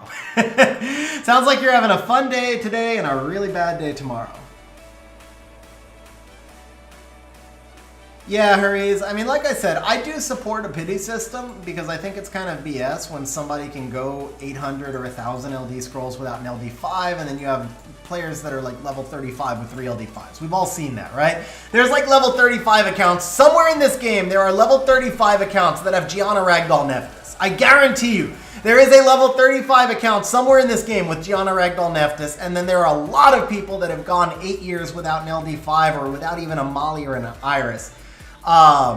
We need a pity system. We need a pity system, but I've said this many times before. I believe the reason that Summoner's War still exists after 8 years is because regardless of how frustrating it is, they made it really difficult in order to get all of the units. If all of the units were so easy to get, we would not still be playing after 8 years, because if you had all of the units, you never would have needed the creativity required to make different dungeon teams. You never would have needed the creativity required to make different RTA teams. If everybody had the exact same units, every RTA match would be the same. Like, the same thing is, I said when they did the 7-year scrolls, I thought that was their biggest miscalculation ever, because the next 2 seasons after 7-year scrolls, every single RTA match was the same monsters, because everybody had the same core. They made it too easy for people to get. It wasn't even necessarily that those monsters were the best, it was that that combination of monsters was the strongest. And the 7-year scrolls made it too easy for people to just get that specific combination. And we're starting to drift away from that now as they've done buffs and balance patches for a year. But it took them, it took them over a year and a half to recover from the miscalculation of doing 7-year scrolls. So if they did the same thing again, I don't even know how we recover from that. Like, if people just have 2, and they've made it easier to get monsters, which you have to do. In a game that's maturing, you have to make it easier so you can bring new players in to catch them up.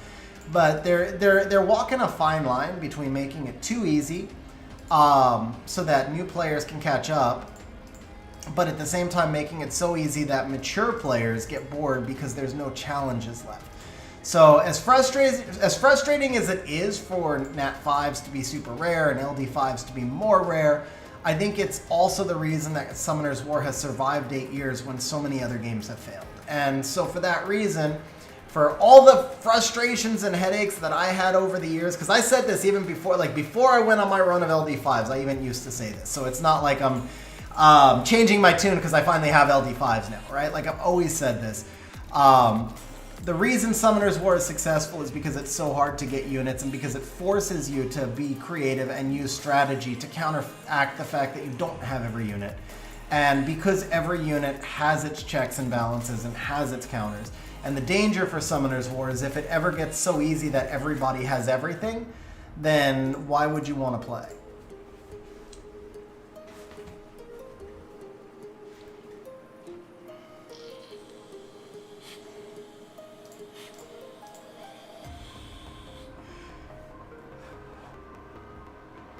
So Devin, I mean, that is the problem. That's the inherent problem with gacha games, in general, and with any kind of gacha game, with any kind of card-based or monster collector or any of those, is that you either have a game where everybody gets everything and then everybody uses the exact same thing, or you have a game where some people are just going to be luckier than others, and those people who are luckier are going to get ahead based on their luck. And there really is no way around that. It's always going to be one of those two things, which is an unfortunate byproduct, but it is also the type of game that we've all chosen to play, and it's the type of game that we're all attracted to. So we just kind of have to accept that and then make our decision. Would you rather play a game where everybody has the same stuff and uses the same stuff, or would you rather play a game where some luck is going to give some people an advantage over you, and it's going to give you an advantage over people with worse luck? And I think those of us who are here have made our choice. Not a perfect decision. It's not a choice between the best two things, but it's the necessary choice because I don't know there's any way around it. Hola, ¿cómo está, Bell Peppers? Should I feel lucky as a free-to-play having 2 LD5s? Kyle, you absolutely should, bro. You absolutely should feel lucky as a free-to-play with 2 LD5s. How should you ruin Camilla? Camilla can be ruined in 2 ways depending on how you're using her. So you can put her on a bruiser build with crit damage, which would usually be somewhere around 35,000 HP total, not plus, along with 80-85 crit rate and then a crit damage rune. Or you can build her as a pure tank designed to target things like Dominic and Sagar. In that case, she's basically just on triple HP and she's a punching bag. Pero si hablo un poco español, tengo un acento horrible y no puedo hablar bueno, porque estoy super malo con los conjugaciones. But I do speak some. I speak enough to make myself understood, but I don't speak it well. Alright, so guys, we have the Transcendent Scroll. We've got 21 Legendary Scrolls. That last batch of like 100, 120 scrolls, that was not great. We did okay with that. We did okay with the Sparks, not with the Nat 5s, but we are ahead. So we have gotten 4 Nat 5s. The rate said 6, so if we pull 2 more Nat 5s out of what we have left, then we're right on rate, and one of them's guaranteed for the Trans Scroll. If we pull a 3rd Nat 5, then we've beaten rates. And that is, of course, also not considering that we've gotten 2 off the most wanted list. Perk with the super chat says it's not perfect, but you have to reach for the brass ring. Perk, I am working on improving it, bro. I am working on improving it. Thank you very much for the super chat, Perk. Really appreciate you, man. Thank you very much, bro. All right, Trendy, good luck, bro. Can we knock out the... Oh, that's it. That's it. That's it. That's it. I told you that's it. Booyah. Right off the bat. Right off the bat. I saw the little loading wheel. That's how I knew it, guys. I saw the little loading wheel. I knew it was loading the resource pack right off the bat. Dropping the Zyros. Is he a dupe? We've hit rates. Now the question, okay, he is a dupe, so I assume we're feeding him. You don't need to dupe Zyros. I assume we're feeding him, and we're going to get a blessing guaranteed for the Trans Scroll, so that in and of itself is a win. Just verify to me that we're feeding him before I officially feed him.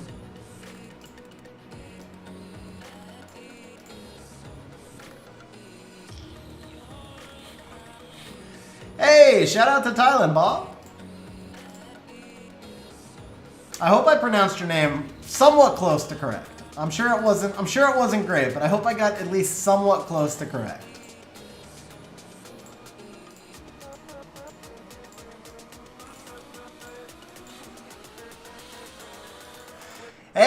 Hey, perk, bless, trendy. That's for sure, bro. The super chat dropped the blessing, man. All right, can we pop the blessing before the trans scroll, preferably with a Rika or a Belinus?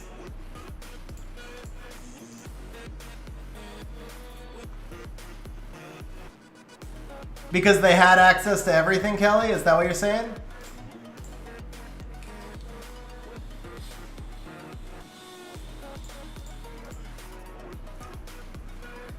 Yeah, everybody needs perk summoning Juju, bro. Everybody needs perk summoning Juju. Actually, to be honest, perk is probably due for an LD5, but perk does have some absolutely insane luck also.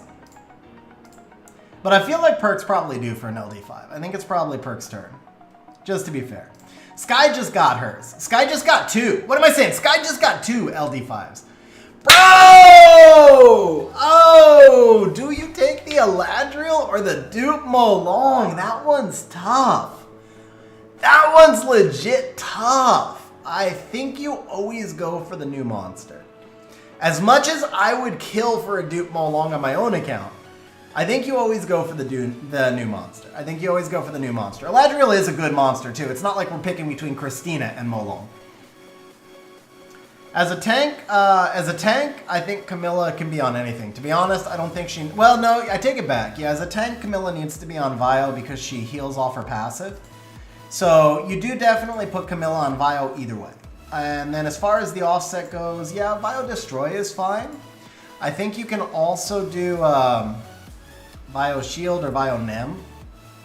Probably as a tank, I would do Vio Nem. As a tank, I would do Vio Nem, and as a damage dealer, I would do Vio Destroy. Because as a tank, she's also going to be built much slower, usually. She's just triple HP. Bro, okay, so we have officially beaten rates, guys. We have officially beaten rates. We got, I want to say 3 new plus a keepable dupe, and then we fed 2. We still got a chance for 1 more. We got 7 more tries for 1 more before we reach the trans scroll as well. Take 1 more. Let's see. Oh, dude. I don't know if you guys just saw that Douglas animation. It looked like he just knocked out, who was it? Looked like he knocked out the Michelle. Douglas said, knock you out. All right, guys. We need one more Nat 5 here. 1 more Nat 5. Come on. 1 more time. Just one more time. Let me double check our farming before we do the last 3. Ah, farming's done. That's what it is. You know what, we're also going to warm up. We haven't done the unknown scrolls at all. Let's warm up with the unknown scrolls a little bit. The little unknown scroll trick. We're going to go ahead and spam unknown scrolls until we get a spark. And then we'll switch over to the legendary. We're actually looking for 2 Nat 3s. So it can be 2 Nat 3s in 1 or back to back. Yeah, see, like all of this is just like dead summons. Sky, I would have so much fun with Isis too. Like, the game has shifted to more and more passive monsters. So Isis would just legit be fun. See, all of this is like all non-Nat 5s. That's what all that was right there. All of those, okay, so, oh, there it is. Double 3 stars. Let's see if it primed us up for a Nat 5. 1 more Nat 5.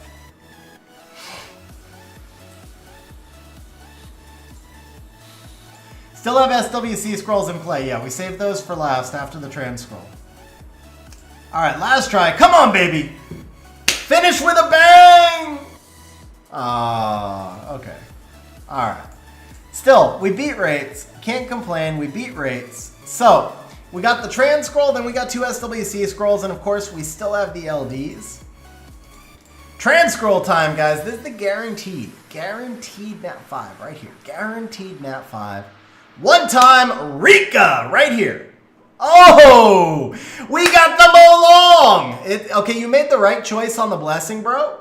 You made the right choice on the blessing. I'm just saying that was a very good choice on the blessing.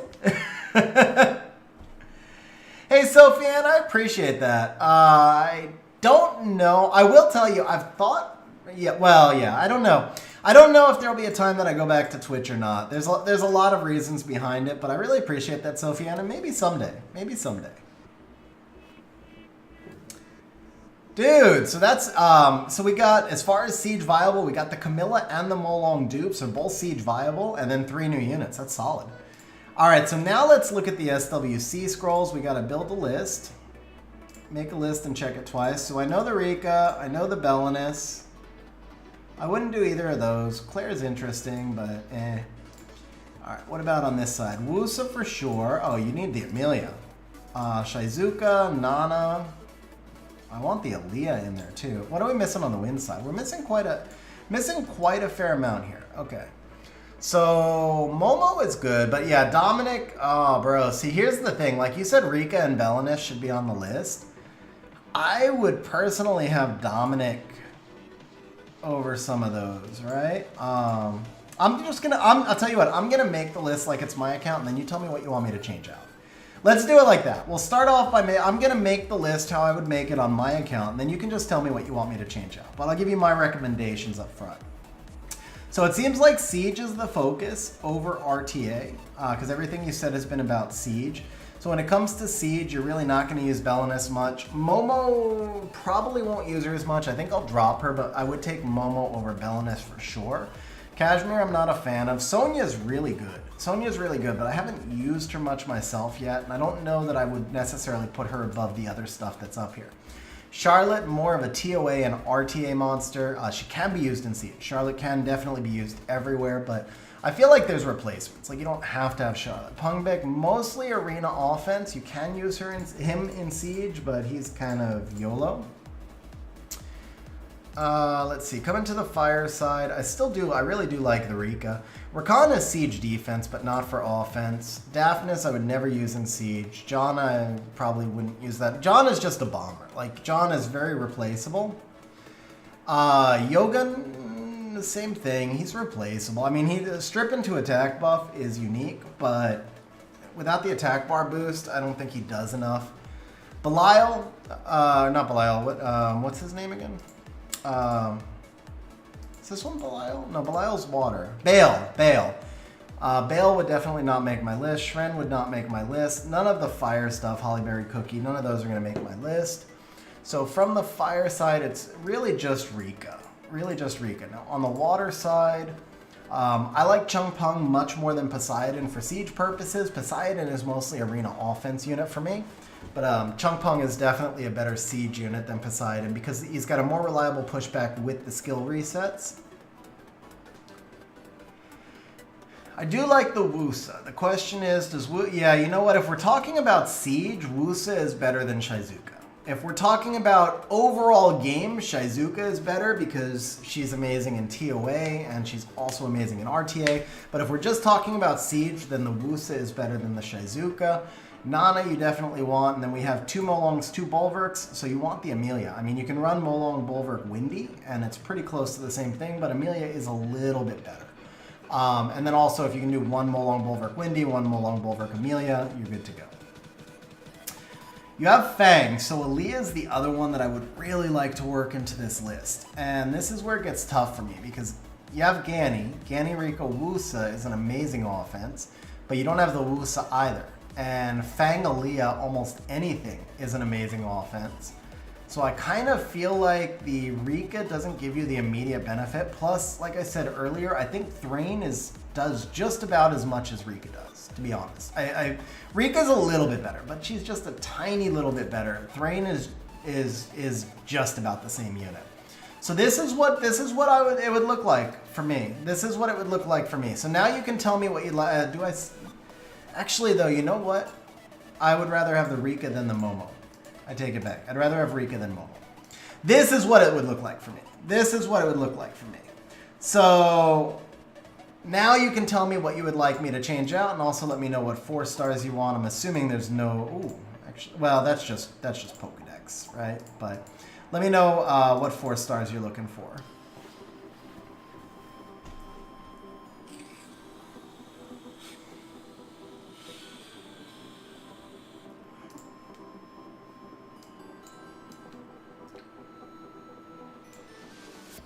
Okay, while we're waiting for Trendy to answer, just a reminder, guys, if you haven't hit the like button yet, please smash the like button. If you have already hit it, don't hit it a second time. Just once is good. So Trendy says the list is fine. Any skill ups that you need for 4 stars? Sarek, oh, 2 LD5s. Okay, I was like, what?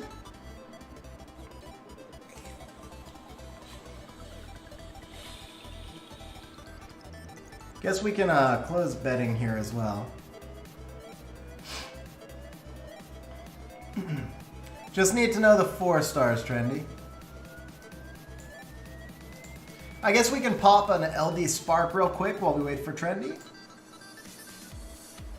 We'll do just 5. We'll do just 5. I want to save, I want to get the LD, ooh, maybe we won't. That insta-skip, man, I hate the insta-skip. We'll stop right there. We're going to go with the SWC scrolls.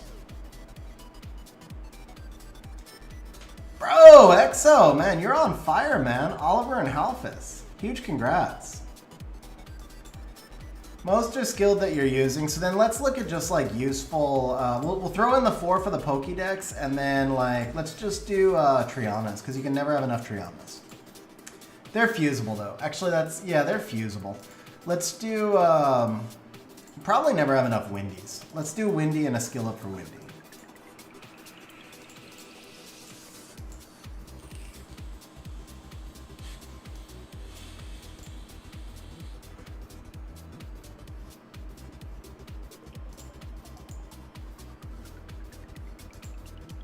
Yeah, I can take a look.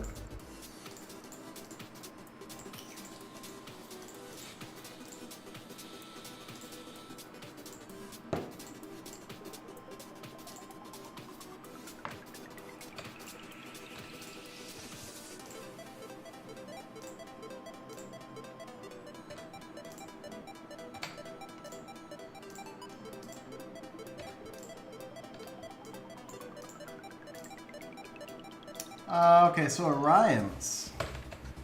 Yeah, you could use some skill ups for the Orions. We'll do that. Dude, nice perk. Oh, that reminds me. I think I need to do World Boss.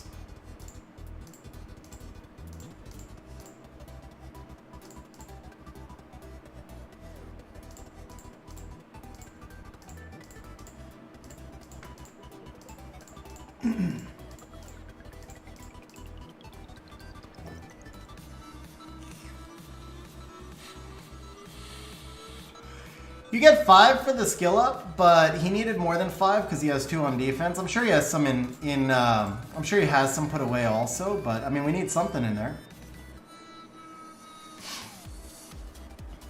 I mean, it's only 2 skill ups, bro. It's only 2 skill ups. Let's go ahead. Just give me the okay. Let's go ahead and summon, because it is only 2 summons.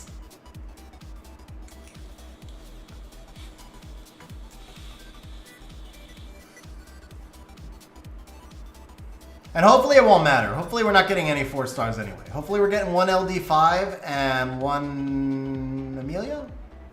No, Dominic. 1 LD5 and 1 Dominic. Only have 2 Draco for skill. Okay, so we'll throw in the Orions. And then we'll summon.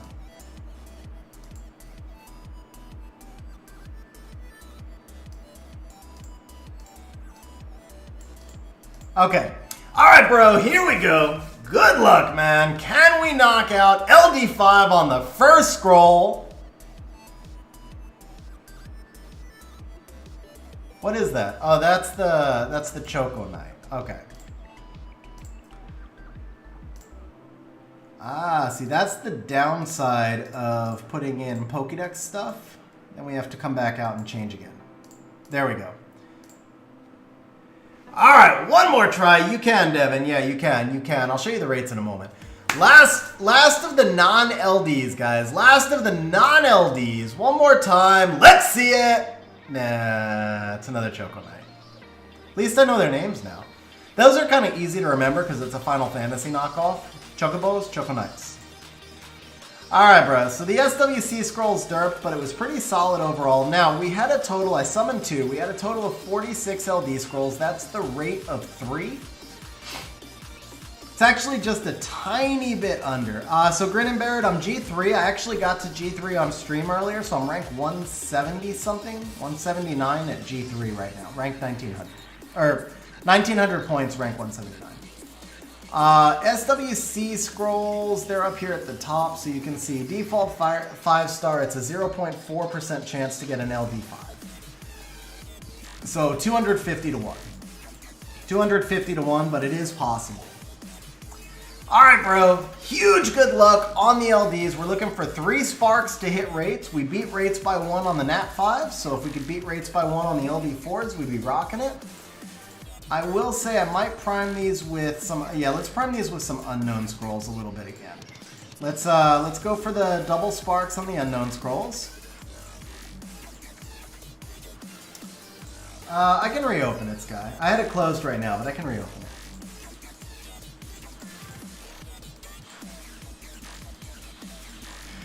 For anybody who's new to stream who's wondering why is this idiot summoning unknown scrolls? Well, the truth is, I am an idiot. The truth is that this is absolutely a superstition. I want to say that it's a superstition with like a very loose relationship to logic. But I believe in the time gate because I believe that the Comtuous random number generator is flawed. So I think that the random number generator gets into these sequences where it's like lots of stuff goes right or lots of stuff goes wrong. And for that reason, I spam the unknown scrolls until we get a couple of sparks on the unknowns, and then I'll say we're in that good time gate where lots of stuff is going to go right. It's a superstition at the end of the day, but at least it's not like, you know, there's worse superstitions. This one at least has like a loose relationship with logic. Why Windy? Because Windy is the strongest siege offense monster in the game, for the most part. Alright, there's a couple of sparks. Let's see if we can get some love from the LDs. For what it's worth, I've done that. See? See, guys? See? Look at that. I mean, I didn't promise it would be a good LD4. I didn't promise it would be a good one, but it did get us a spark, man. Second scroll out the gate. So, the thing is, I've done this on stream a bunch of times, and I don't believe it's failed yet. I do not believe it's actually failed yet. So, Tractor Windy Lulu is an OP siege offense, but Windy by himself is really just the OP part of that. Like, Windy is seriously busted when it comes to siege. He's too strong, man. He's too strong. He desperately needs a nerf if siege is ever going to get balanced a little bit more for defense versus offense. All right, so we're going to go back. We'll spam some more unknown scrolls. I like that statement. Well, Windy can't be defense broken. He can basically tank forever, and then he generates shields, which offsets destroy as well. You basically, if you ask pretty much every tourney level player which monster in the game most needs a nerf, they'll like universally tell you Windy.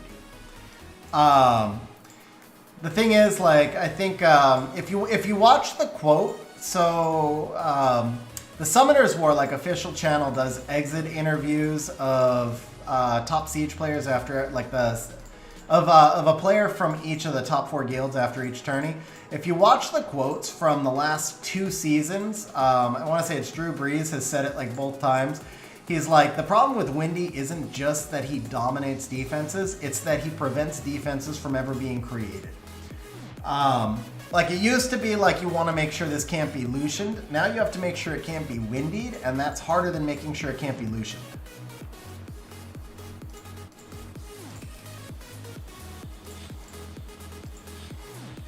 Look at that! 5 scrolls and a spark, guys. Unknown scroll.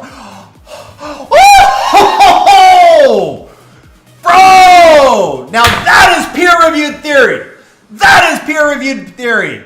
Triple S tier LD5, officially the best LD5 we've ever summoned on stream. Bro, now we're talking peer-reviewed. Oh, that is the best LD5 I've ever summoned on stream by a big, maybe not, way better than Beelzebub. Yunhung, though. Yunhung of Vivishell, which one, man? Okay, that's number 2. That's number 2. Yunhung is still Yunhung is just a tiny little bit better. Yunhung is just a tiny little bit better. That's number 2, to be fair. But bro, huge congratulations. We're gonna go ahead. So first of all, we're gonna pay out those of you who bet. And then we're going to go ahead. We'll do let's see. We'll do a 1,000-point bonus to everybody on stream who just witnessed the Vivishell summoning and who, I guarantee you, all of you guys are now going to be summoning Unknown Scrolls, aren't you? Every one of you guys is going to be summoning Unknown Scrolls before you summon your LDs in the future. I know it. Bro, I guarantee you I just started a trend. Bro, huge congrats, man. Huge congrats on the Vivishell. Open up bets again? Yeah, we can open up bets again. Oh, first I gotta reset them. Come on, reset. There we go.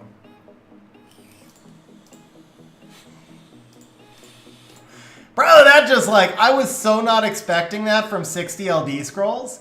I was so not expecting an LD5. I was like, oh, I hope we get the 4 sparks. I hope we get the 4 sparks. All right, let's, I guess let's do one more round of unknowns. I'm kind of afraid of abusing it too much because I feel like I'm just gonna like destroy the theory. If I do it every single time, eventually I'm gonna destroy the theory, but it has not actually failed me. This is the 4th LD5 I've summoned after doing this.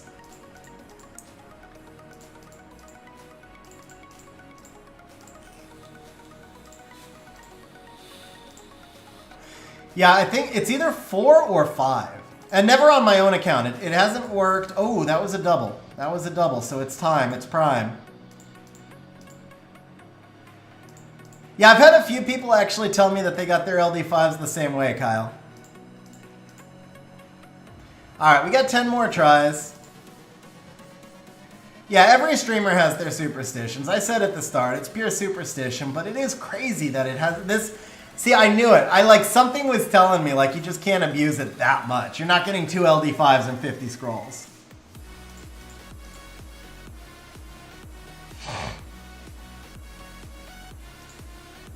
Perk says one more time. All right, we'll do it one more time, Perk. We'll do it one more time. We may actually, I mean, it doesn't honestly, like, it matters. I definitely want to see... I definitely want to see another Spark. I definitely want to see another LD5, but at the same time, like, pulling a triple S tier LD5, it's like, okay, if we don't get another one, I will accept it. I mean, the rates were only 4 Sparks. Vivishell's worth 10 Sparks by herself.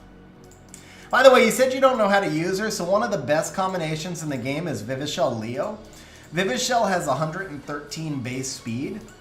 And so you can put her on Swift and pretty much be guaranteed turn 1, and then you run her with the Leo. So I know you run Leo with a Swift unit seems weird, but Vivishell's going to give you like a guaranteed attack bar boost if they ban the, because she also has an attack bar boost on her skill 3. So if they basically ban the Leo, then you're going to take turn 1 with the Vivishell and get the attack bar boost. If they let you have the Leo Vivishell, Leo goes, and then he has no attack bar, so then the Vivishell just does her Unwanted Harmony on Leo and gives you a guaranteed torrent with the Leo. So you run the Leo on Vampire in that situation, and he gets something sniped right off the bat, and then you start him with, you know, and then he's right back to full health. Dude, look at all of this with no sparks, man. You're going to wind up with all your Unknown Scrolls summoned.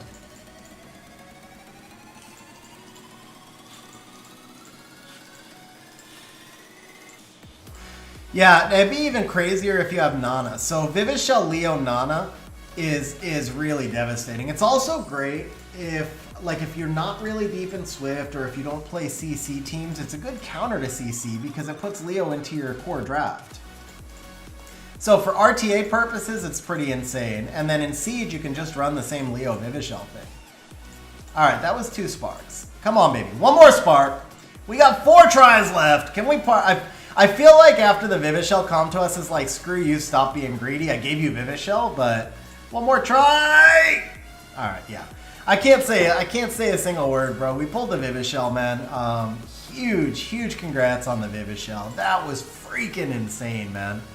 Freaking insane. Leo Vivishell is absolutely such a busted combination, man. So huge congratulations. A lot of devils too, and the thing is, the Vivishell, On top of that, you don't even need devils to skill up the Vivishell. Like, she's just gonna devil. You can fusion skill ups for Vivishell because she fuses up off the, if you don't have them in storage, she fuses up off the 4-star water Heart Magician. So you can have her fully max skilled ASAP.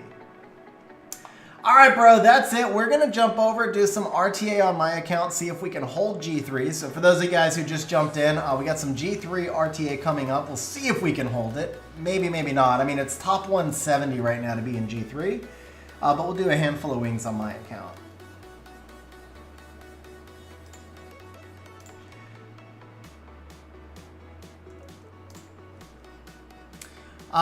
Trendy man, huge congrats. That was an absolute sick session. Yeah, Perk, thank you for the super chats and for blessing Trendy's thank you for blessing Trendy's summons, man. Oh, why did I just do that? We'll see, Perk. We'll see. Let me do some wings on mine because I haven't had time to do wings lately. And then we'll see how it goes. If I'm getting wrecked, maybe I'll change off. Because I usually don't do well on stream. We all know that. I usually get wrecked on stream, but I did start off today by winning.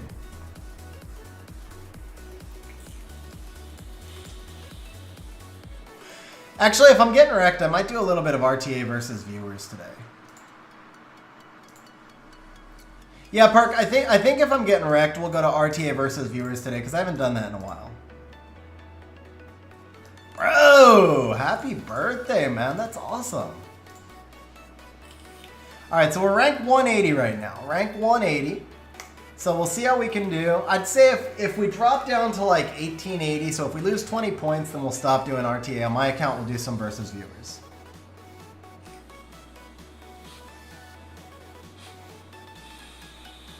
Dude, that's nice, Kelly. That's nice, man. Holy Spicoli, I don't know anything about Chronicles, to be honest. I'm not likely to play Chronicles. Oh, that's the other thing. We may not be able to queue.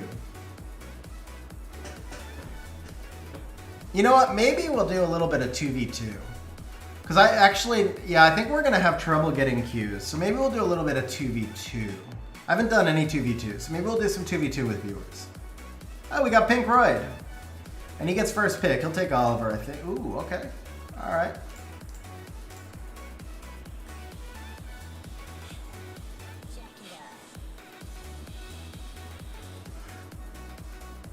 Oh.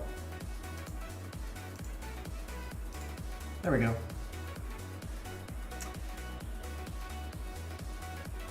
I know he has Julianne.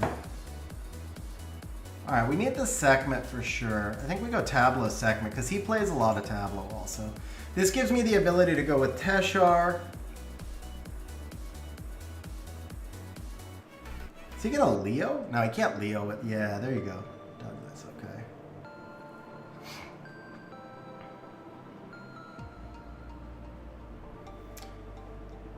Actually, I think I can do this.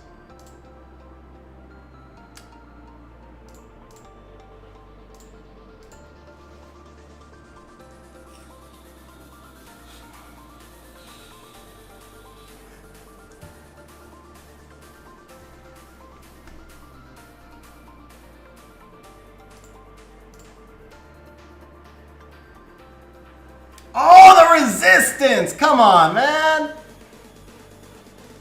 Freaking resistance.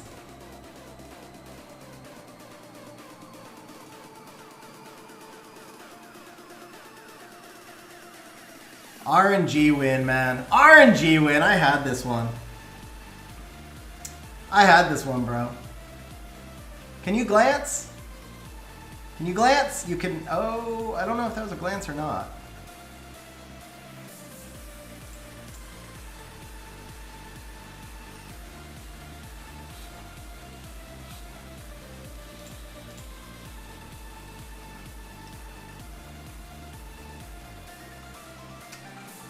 Yeah, there's no possibility to win here because I can't kill the Juno.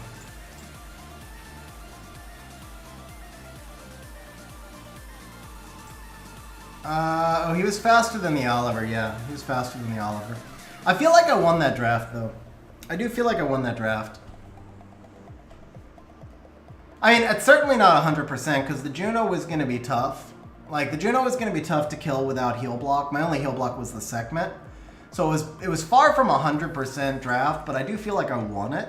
And I'll take that. I mean, I won the draft. I mean, I believe I won the draft against the SWC contender. I wouldn't say 80. I'd say I was 60-40.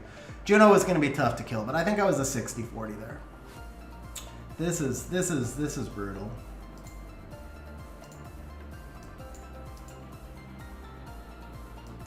I'm probably a little tilted from the Sekhmet missing the strip right now.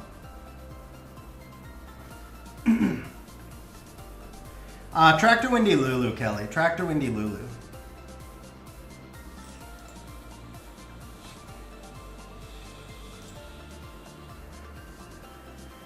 He doesn't have much damage. I have no sustain, but we're gonna risk it. Risk it for the biscuit.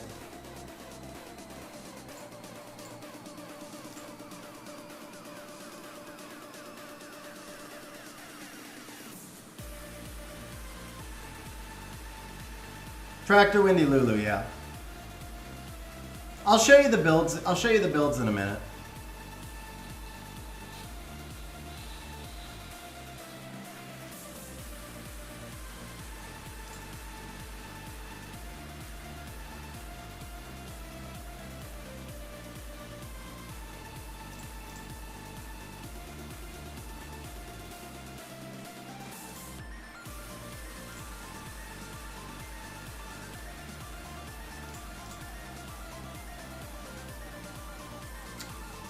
Oh, that was a big resist right there. Oh, double resist! Come on! That's GG. The Juno resist was GG. Gets the strips. Yep.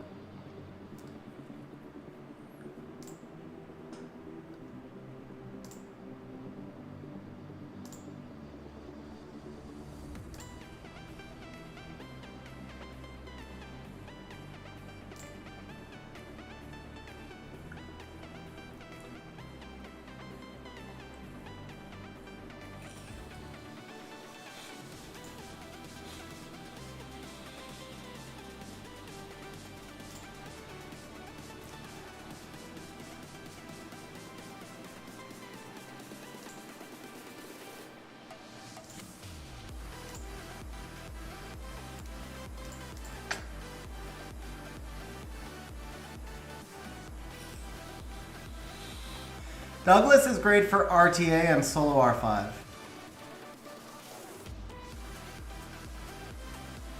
Yeah, that was not the resistance lead. That was just luck sack, man.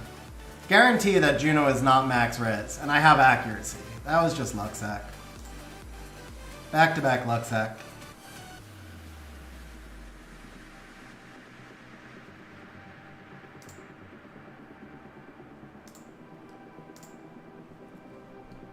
I think we stop here now, because I can feel the tilt coming. I can feel the tilt coming.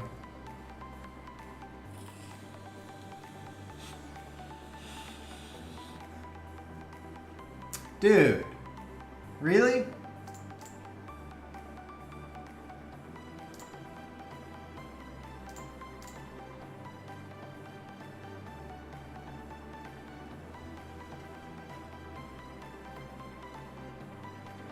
Yeah, no, we'll stop here.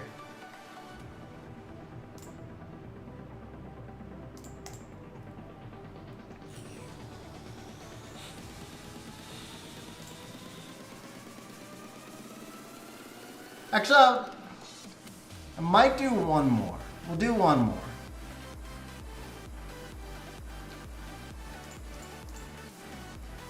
I think I won that draft, though.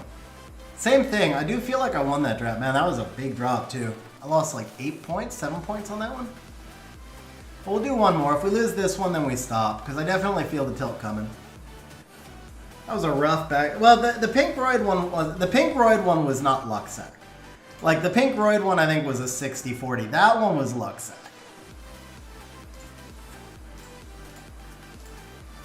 That one was like 70-30 or better. Double speed lead. I don't know that I can Teshar this. Can't Douglas this. Can I Abellio this? Not with the double strips there. Masha?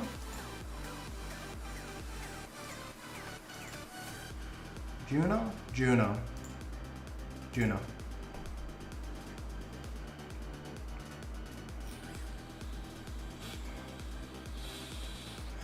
Does he ban the Juno, Sekhmet, or Volantis? It's got. Actually, he could technically ban the Oliver too. The only one he doesn't ban is Nikki. Could be any of those. I guess we'll know more when we see his last pick.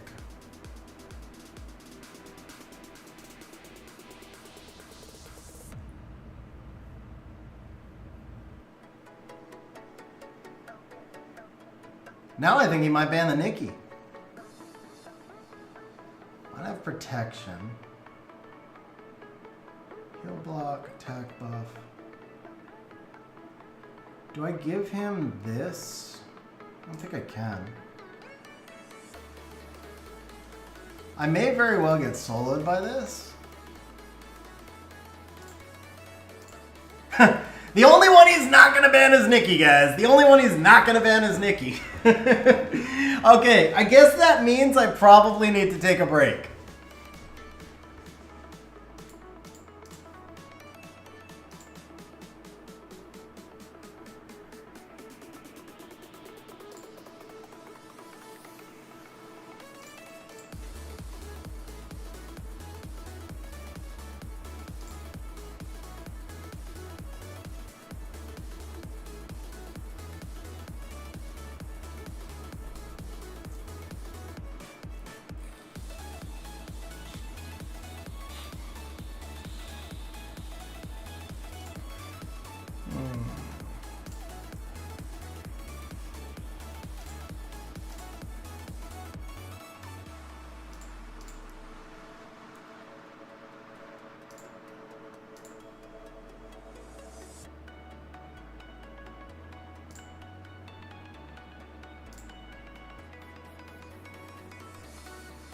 Really?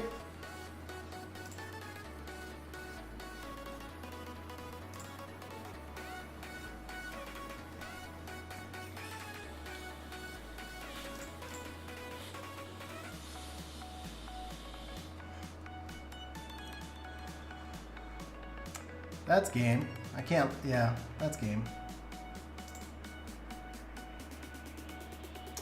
Yep, he gets the solo.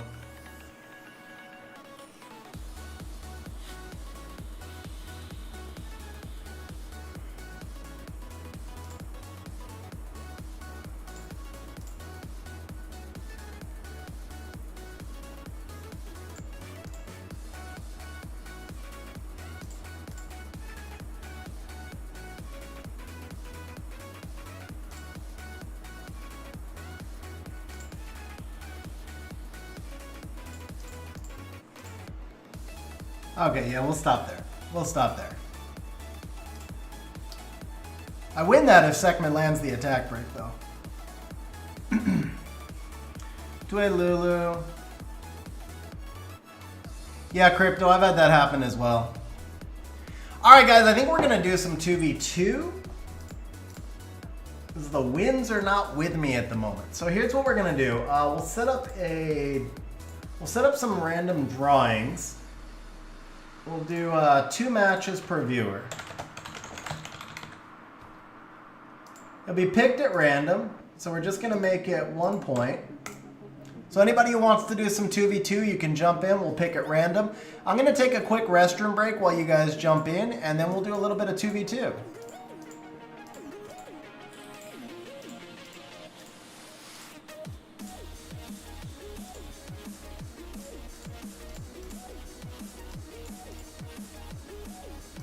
Just 1. All you gotta do is enter 1, JJ. Okay, I'll be right back, guys.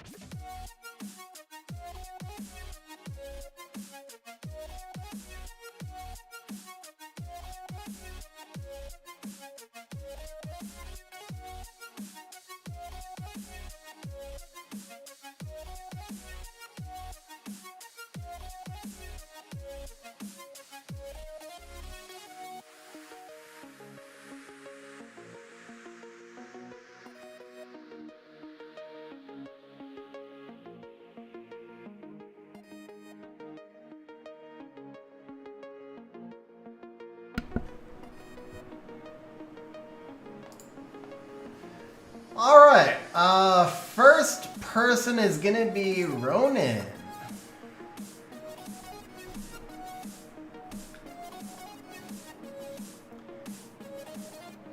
Yeah, so this PC10 team is Seishizo's. He did a video on it. It is really hard to get down. I worked on this thing forever. But if you can get it down, it's pretty amazing. You know, it's a 22-second average, but I think Seishizo Theory crafted that one originally.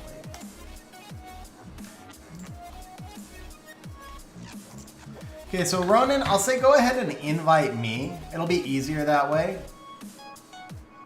Since my name's easy to type, everybody can invite. So we'll just have you guys invite me. No, you don't have to enter again, bro. You don't have to enter again.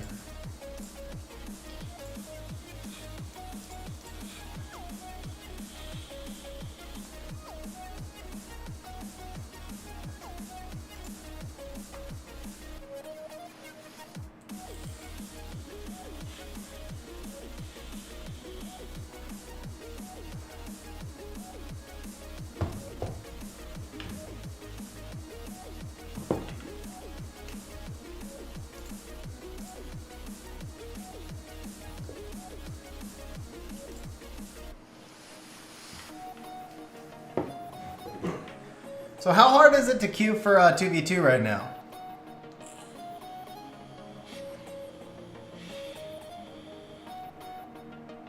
Not too bad, okay. Not too bad. Okay, cool.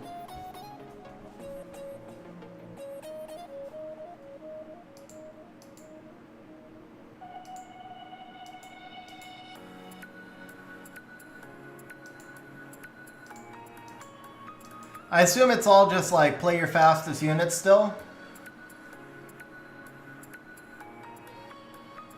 All right, Shaka, you're on stream, bro. You're on stream. Pick. Yep, it's all just queue your fastest units. Okay.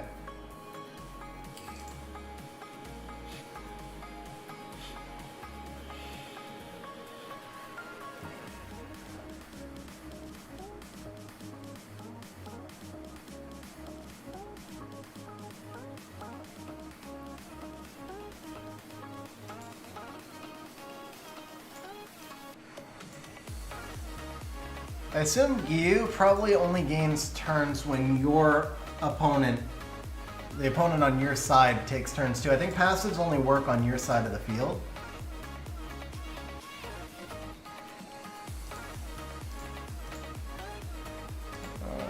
Let's see.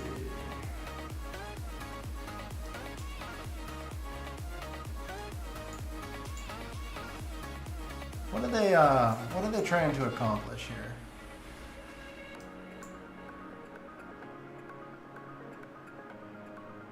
Could this be an Ongyuki type cleave? I have no idea what these drafts are right now. Let's just take Shizuka because I don't know what it's going to be. Shizuka S3 has both fields. There you go. All right, I'm glad I took Shizuka.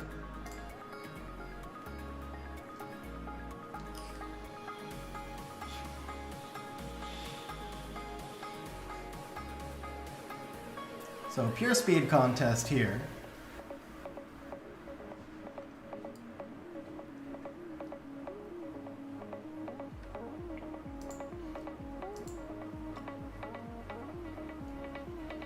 Okay, so that works. Since you've got Gyu on your side, I can grab the Volantis on mine. You can have Heigang also if you want, because I'm thinking last pick Teshar. Oh, we do need one more speed lead though. So if you can take one more speed lead, bro, then I'll take last pick Teshar.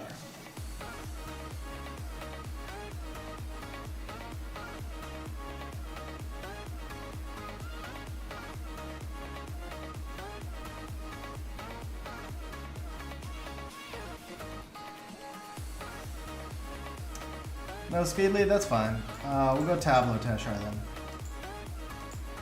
Actually, no, I can't do that. I can't do that. Okay, so...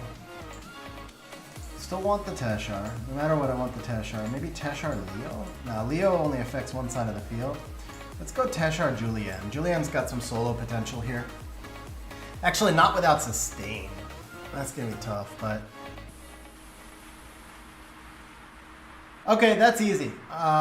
He's only got one speed lead, so I can ban the Ciara.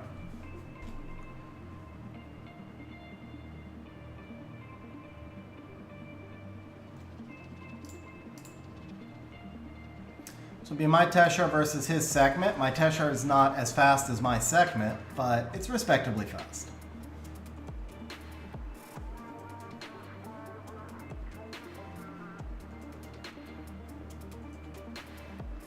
Yeah, I appreciate that, James. Thank you. Oh, you banned the Teshar. Okay, that's fine.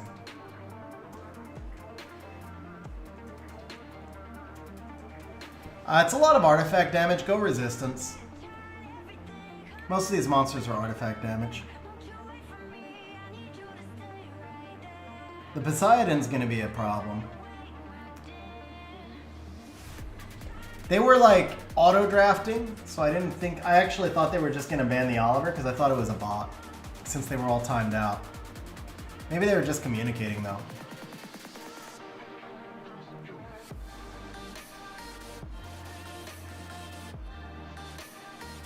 Man. I think my Julian outspeeds his Bastet. Not the Chung, but that's fine.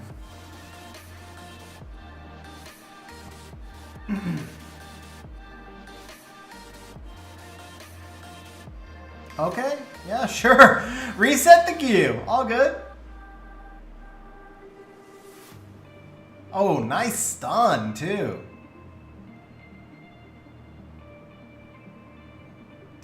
Alright, so can we reset you? We can, perfect. And then let's go ahead and reset you. And let's go ahead and stun you also.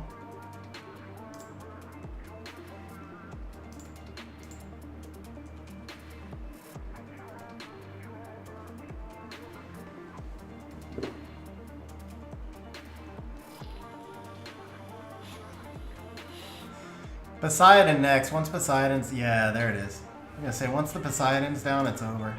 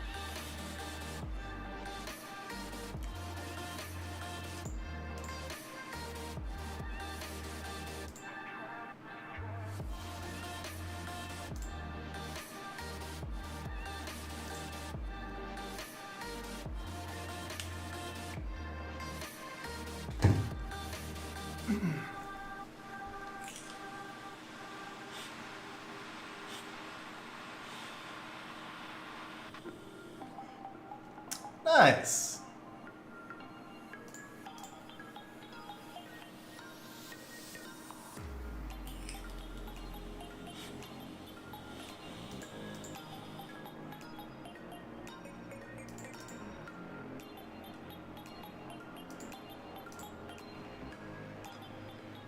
Yeah, Gia should always be on Despair. I can't see any other build that makes sense for her. Alright, that's 1-0, guys. That is 1-0. I don't know that that was really a fair contest. I feel like there may have been a little bit of quality difference in the runes.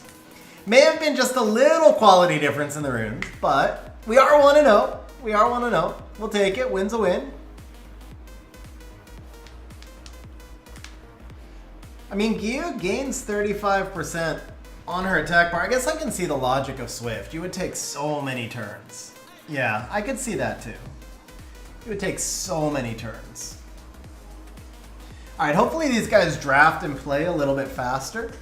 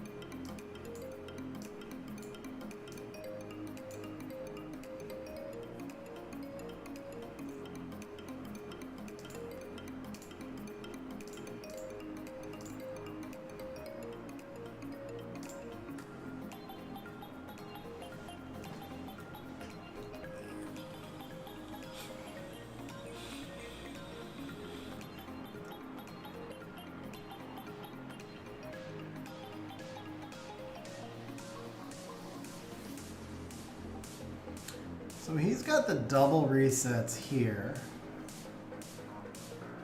No speed leads though. You can, you can't pick Leo, wrong side of the field, yeah. That Bulwark eats up everything you've got going on. So I feel like the Bulwark becomes your ban. Oh, the Hagang. Well, the Hagang doesn't matter because he only affects one side of the field. Yeah, I figured the Bulwark would be your ban. That tells me he's probably banning the Riley. Would they ban the Nikki? So if they ban the Nikki and the Riley, then we don't really care about the Wusa because we'll gain control of the Wusa. Probably the more, yeah. I think they're gonna ban Nikki, Riley, or, oh, he bans the Oliver. Still works though, still works.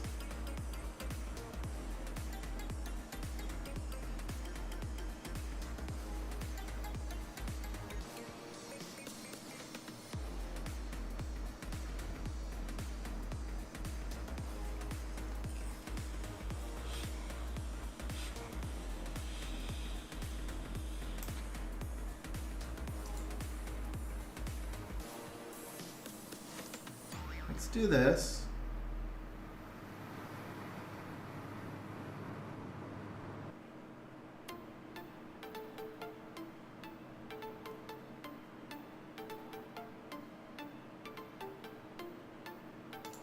He's kind of limited damage over there.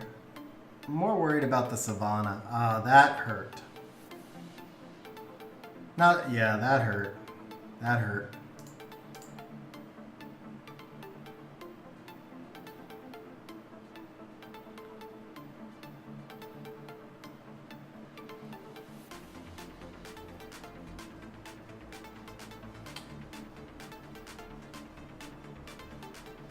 That wasn't bad. Riley's gonna proc out. I know Riley's gonna proc out. He Savannah's the Fang side. Wow! I mean, I guess I get it. He's... What? No, I don't get it. Why would you Savannah the Fang? Okay. Cool. I mean, I'm not complaining. Just surprised.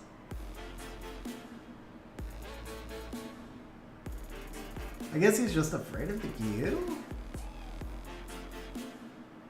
Max Res Nikki. I don't know if the Oki lacks, I don't know if the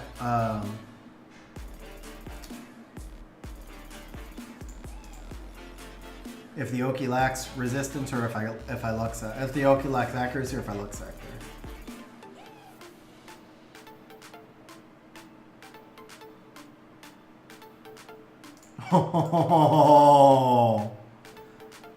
Oh, that was rough. That was rough. You had 2 chances to kill that Gyu.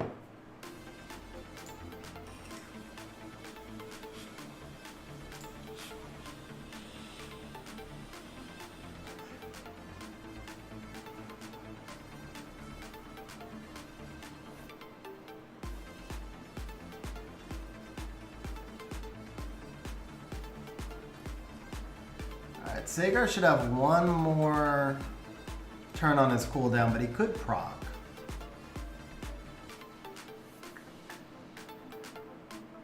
Let's do this.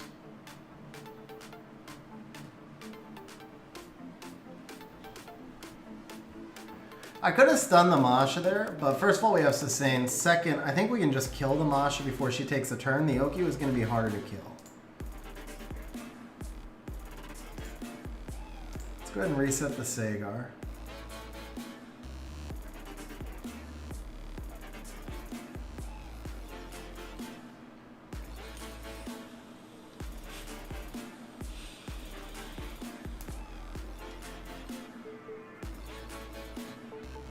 All right, guys, that's it. 2-0. 2-0. Nice matches, Ronan. Nice matches, bro. All right, next up is Grin and Barrett, bro. Grin and Barrett, go ahead and invite me.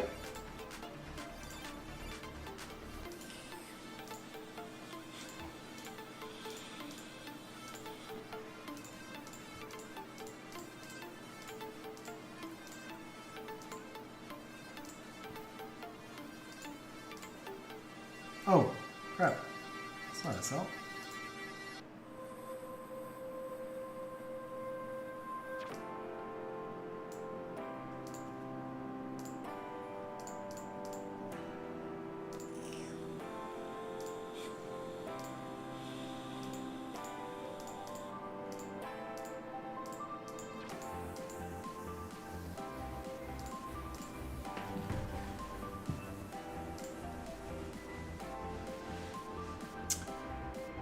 All right, we got some Fedora Malite action. Fedora Malite. How can we synergize with Fedora Malite? Shizuka. Shizuka will synergize with the Fedora for sure. Oh, there you go. You got Never mind, you drafted Shizuka already. Okay, cool. This one's going to be interesting. I wonder if we'll have trouble matching up.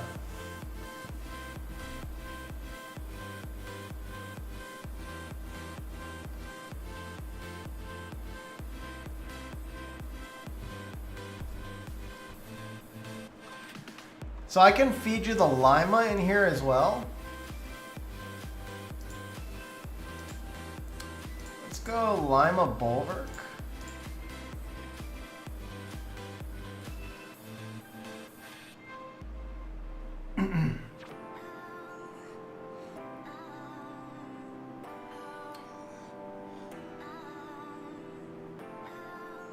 So we're gonna have to have some damage. We have basically 5 non-damage dealers now.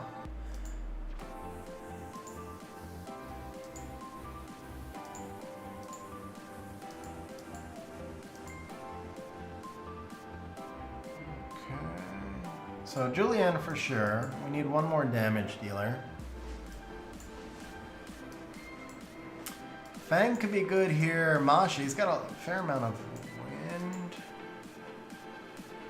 Do Zingzei just for fun. Ongiyuki? Ongiyuki might be food though. You know what? Let's do a Bellio. He's not a big damage dealer, but he does counter a lot of this stuff.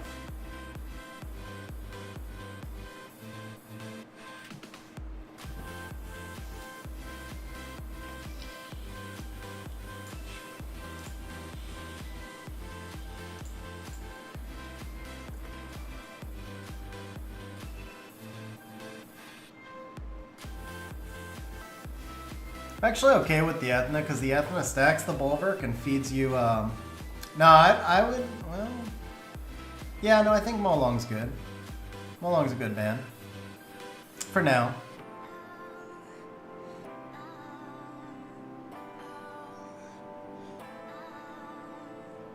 Is Praha the better ban here though? Because of the Shizuka, Praha is their only AoE strip.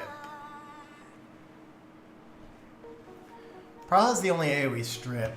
I think the Dominic still gets countered a little bit by either a Bellio or Julianne. I feel like his ban's gotta be Julianne, right? Now it might be Lima. If he bans Lima, we're gold. Let's get rid of the speed buff so he can't lap. Yep, it's Lima. Okay. I go resistance because of the Diana. Take the Gyu resistance, it's going to hurt Diana and Ethna's ability. But Diana, Ethna, and Dominic, they're all built on low resistance, low accuracy builds. Annabelle can also be low accuracy, so the resistance can be impactful there.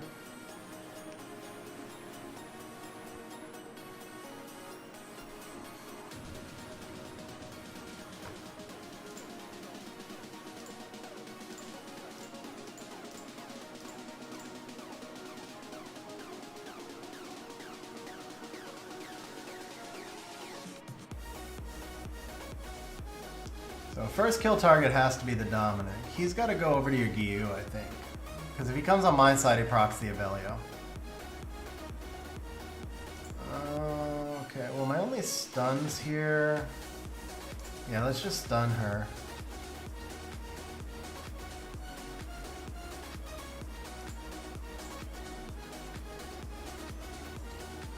I wanted to do the Dominic. I did want to do the Dominic, but it was just there. It was just there, right? I mean, oh, managed to avoid proccing the Abelio. Can Diana kill from here? Or does he try the Annabelle? If he tries the Annabelle, he procs the Abelio. He tries the Annabelle. Okay, cool. Oh, he procced, but I think I'm okay. Yeah, I'm okay. Cool. Diana still probably kills the Bulwark from here, to be fair. Never mind.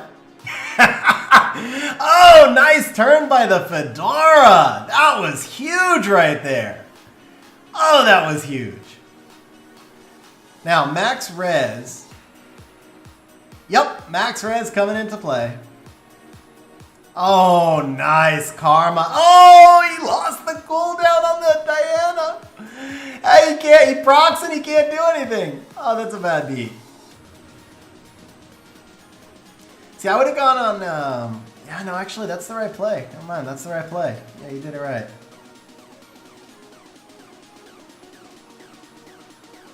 Can we just? Yeah, let's just take what's free.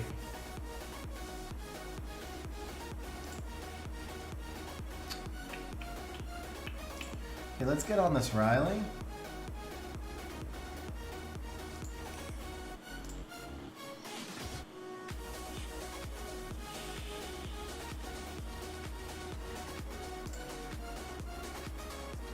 That resistance was fair. Yeah, getting the Fedora was fair too. That's fine.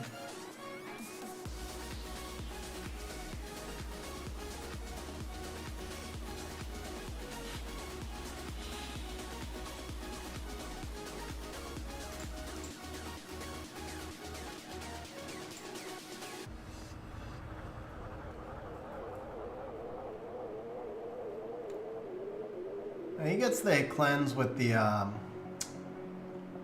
no, that was the right play. That was the right play. Actually, no, that was the wrong play because the Riley, you want the Riley to attack buff the Dominic.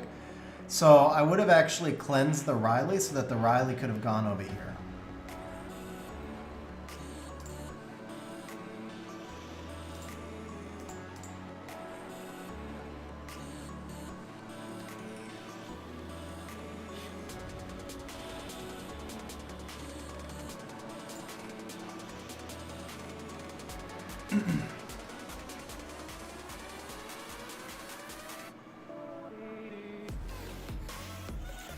Dom's over 50, so he's not going to heal here.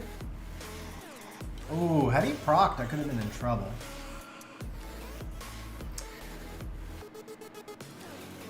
Annabelle procs every time she does S3. Not every time. She procs every time she does S3, which is interesting. Uh-oh. Uh-oh. All right, that's fine. We're good.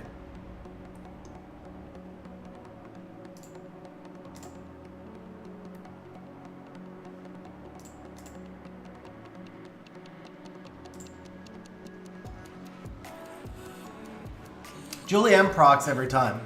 So I can't say anything about the Annabelle procs when the Julienne's procking every time, right? All right, we're 3-0 overall. 3-0, not looking bad, not looking bad.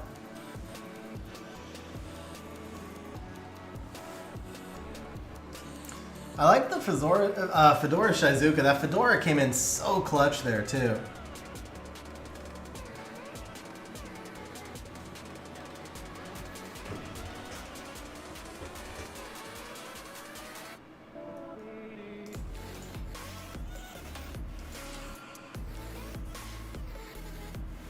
Where'd the Lima go? Oh, it doesn't reorganize your stuff, right?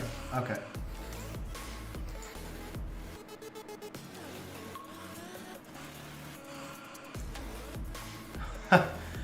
I think he may get buffed in the next patch, Fearless. I do think he may get buffed in the next patch.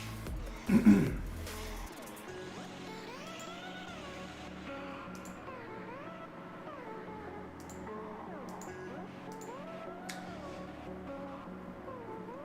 feel like this is a good Vertihile opportunity. Some revenges on the Lume's uncontrolled AoEs. Maybe Volantis? Yeah.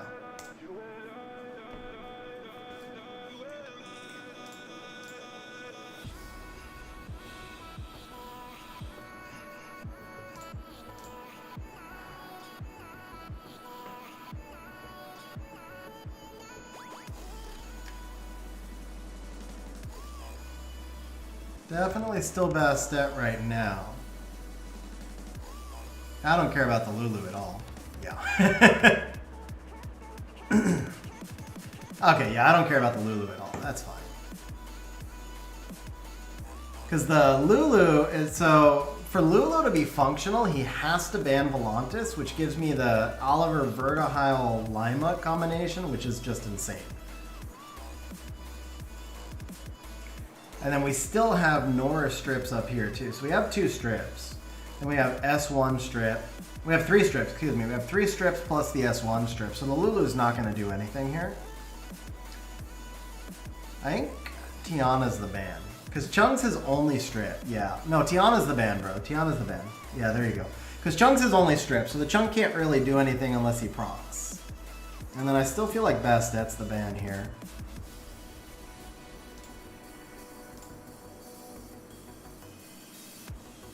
Like, the most he can do is a non-attack buff bomb on the Fedora? If he gets the strip on the Fedora with the Chung and then bombs it, that's the most he can do. But then he'll have no follow-up because we have the Volantis for control and we have the Lima cleanse. So even as long as the Fedora doesn't die, the Lima just cleanses and gives invincibility, and then we get the Shizuka to cover the other side.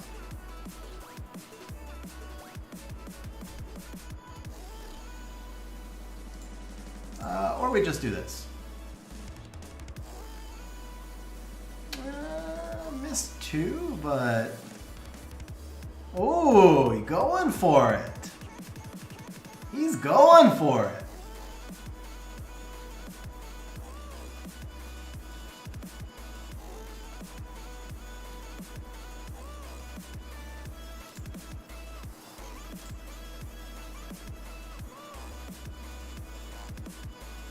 Yeah, no, that's the wrong play.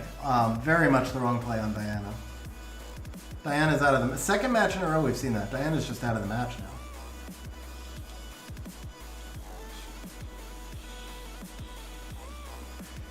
So if the Lulu cleanses...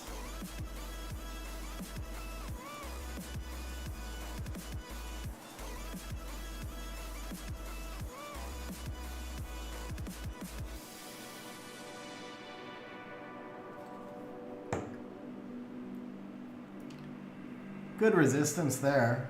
I'm kind of guessing the Nora's on max res.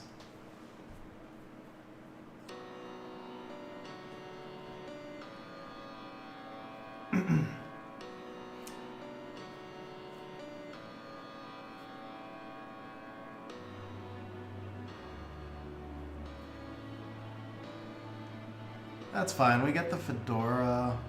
Can't kill, right? Yeah, we got the Fedora, so we're fine. Here's the question, though.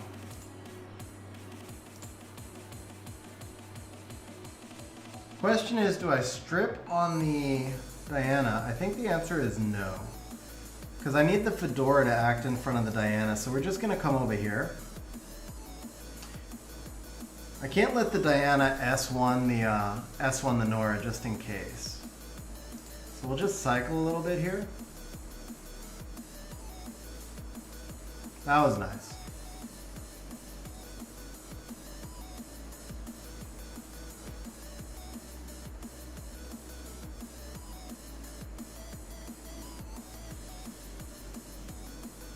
That was nice too. You just put that on the Lulu and it's over.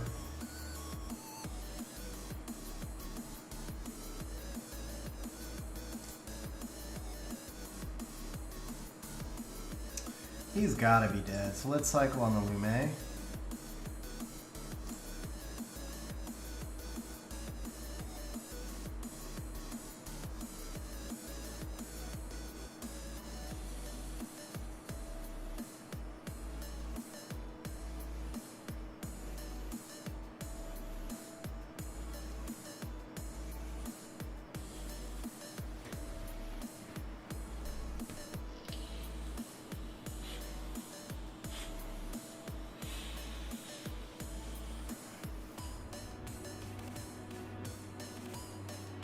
Diana actually can proc out right now. She should be back on her cooltime. So if she procs out of the Karma, she can transform.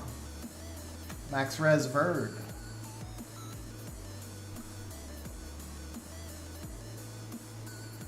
But again, I don't know if the CR is missing accuracy or if that's just luck sack. Ooh, nice stuns too.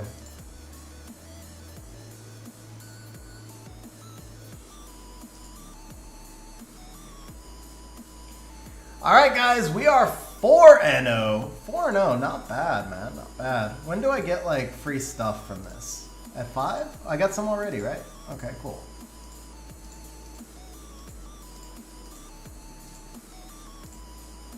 Good games, man. That was fun, bro. That was fun. Alright, next we have got JJ. JJ, you're up next, bro. Yeah, nice matches, Grin, man. Nice matches.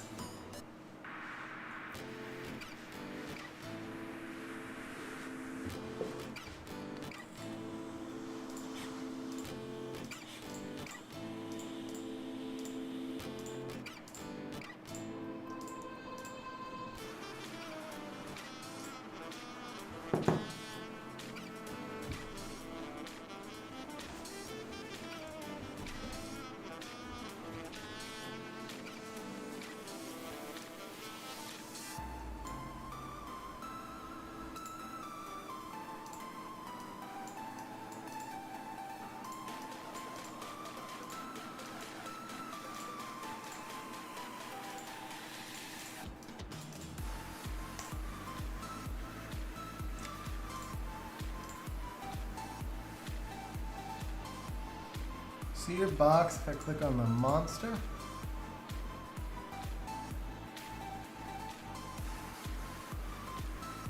Monster icon. Oh, here. Oh, but it has to be my turn. Okay. That's useful. I didn't know that.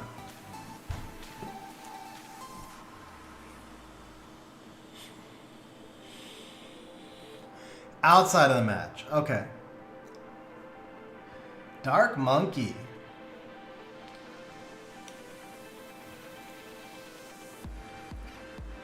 Alright, so we're going Oliver Volantis, apparently.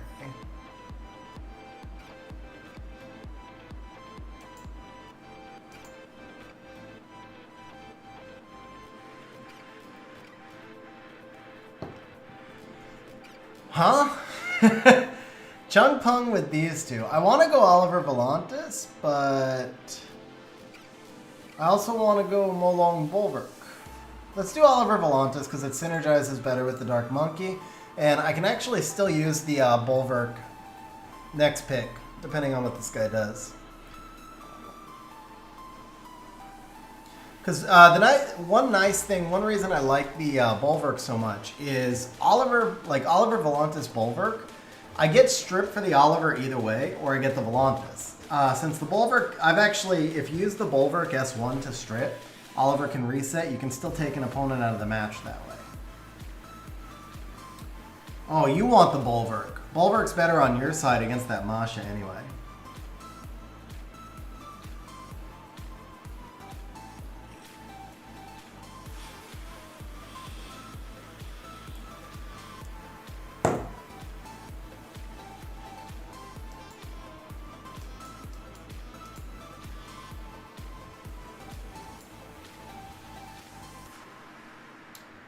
Interesting, okay.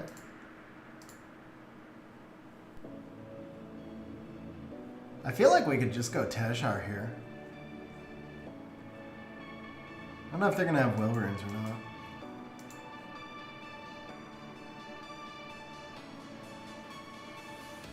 Juno would be real strong here. I can do the Juno.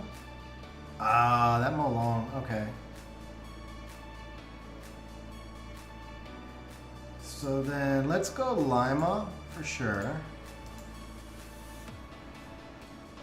Go Nana, but I feel like I want another strip. So it's gonna be Juno, you've got the Praha, he's got the Chung. It's strip or a Bellio? Bellio would be good here. Oh, Gyu. You know what, let's do the Gyu. No, let's do a Bellio. Let's do a Bellio.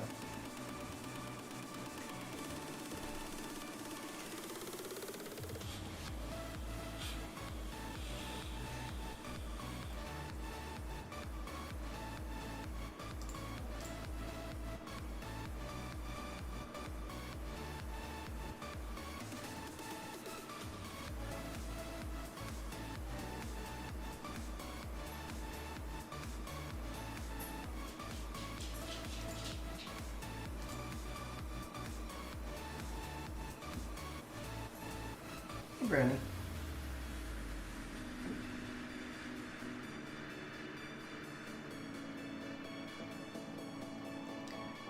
I feel like they're gonna ban the Oliver, but I feel like they should ban the Lima. I feel like they're just gonna disconnect. Okay, yep.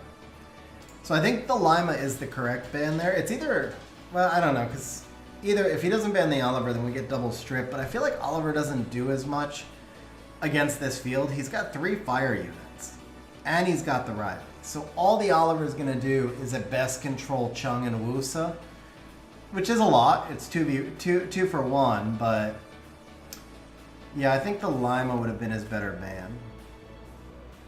What's acting first? Oh, the Woos is acting first. That's not... So he should put the Woos up on the other side. Yeah, okay, that was a good play. Because the Volantis is pretty much guaranteed to be going... The Volantis was guaranteed to be going over here. Now it might change, right? Oh, you got the stun on the Chung? Alright, we're going to put the Volantis up over here after all. Yeah. We're going to cleanse the glancing. And let's start working on you.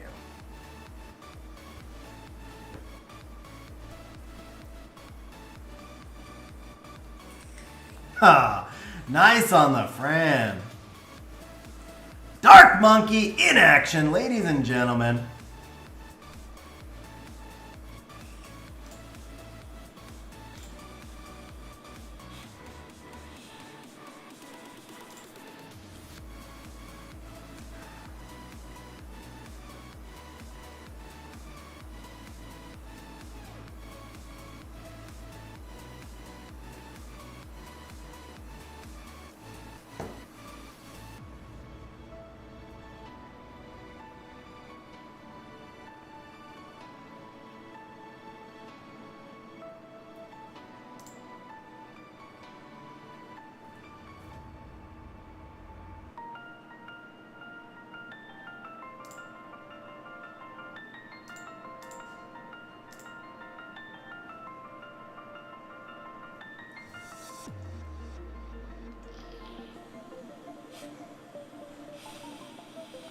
So he gets the Chung S3 over here now, but I think that's fine.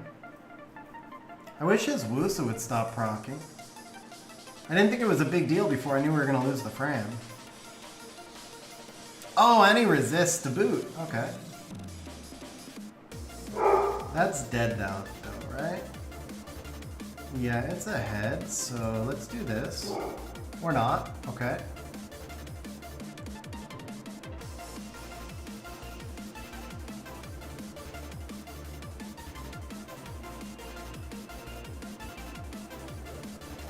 Man, this dude procs a lot.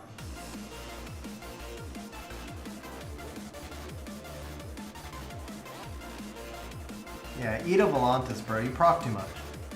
He'll just proc out of the stun anyway, but by stunning the Chung, we make sure that he only takes 1 turn next time. Because he's just gonna proc out anyway. Do I start on her yet? No. Let's work the Riley down. Let's stun you. And stun you. Nope, no stun there.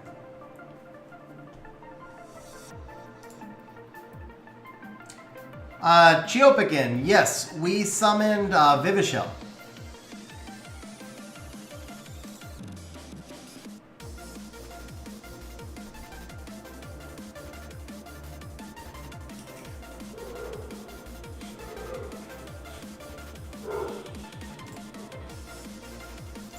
Oh, my turn to proc.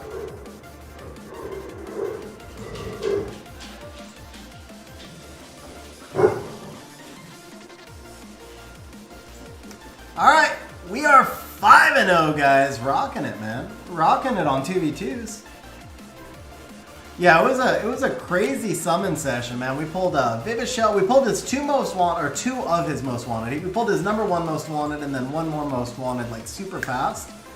Wound up pulling 1 more new unit, 2 useful siege dupes. Oh, click your monster icon. Here? Okay.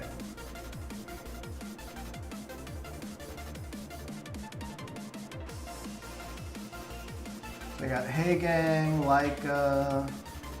Okay. Belia. Got a 33 lead here. Just the 1 speed lead. Okay, and you got a Teshar as well. What up, Ace? How you doing, man? Like, seriously, how you doing?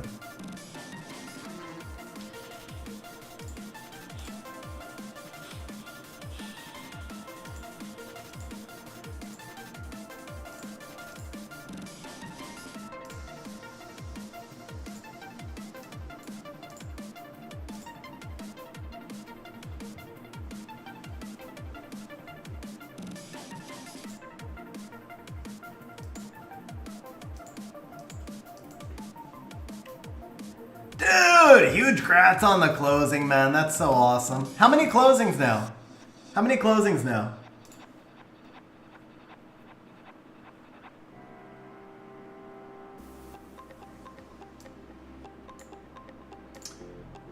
Hopefully, does the Antares have will runes? Because if he doesn't, then the Barber becomes a 4-spam.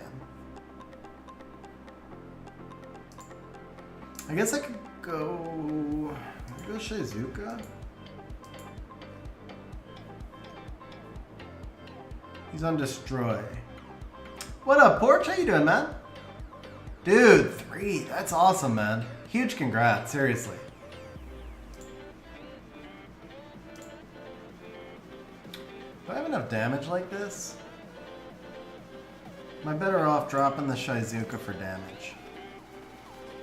Ongyuki. Yeah, Ongyuki time. He has 3 things that's done.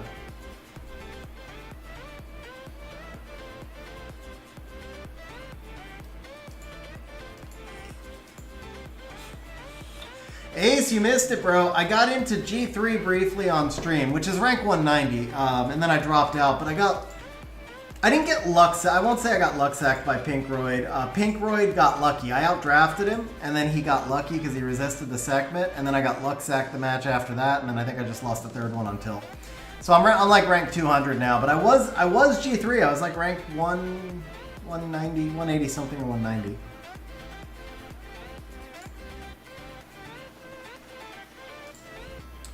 Belio's gonna be tough. I don't have enough direct damage, so we'll drop him.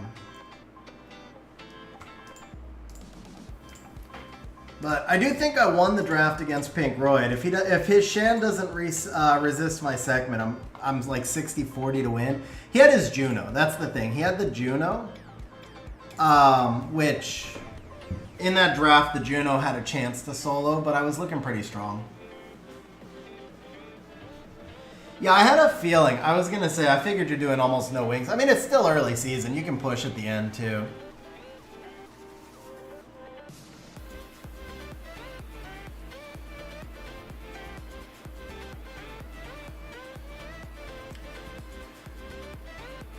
Well, I feel like we have to get this Alucia out quickly.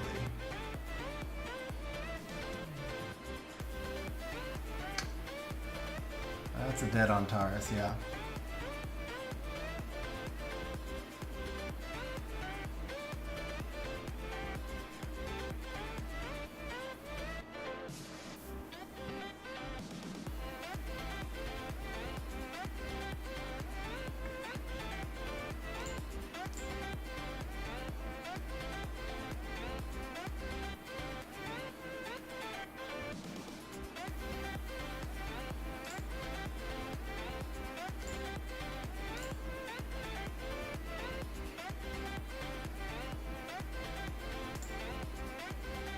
Oh, so close! So close! I doubt it, bro. A lot of people have asked me about it. I don't actually know anything about Chronicles, to be honest. Oh, nice proc. Nice proc. Oh, not so nice on the lack of sleep, but nice proc. Yeah, I don't know that I'm looking to get into another game at the moment, to be honest. And yeah, I struggle too much with time already.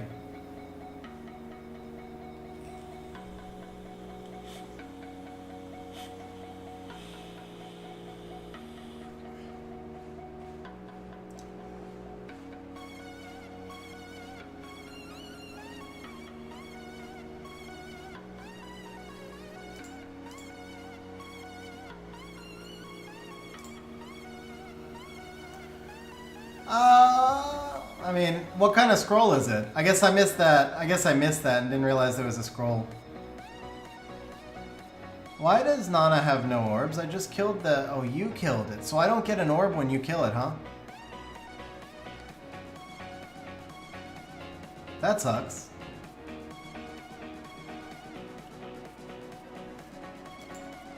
Alright, so we've got to get you off next. That sounded bad.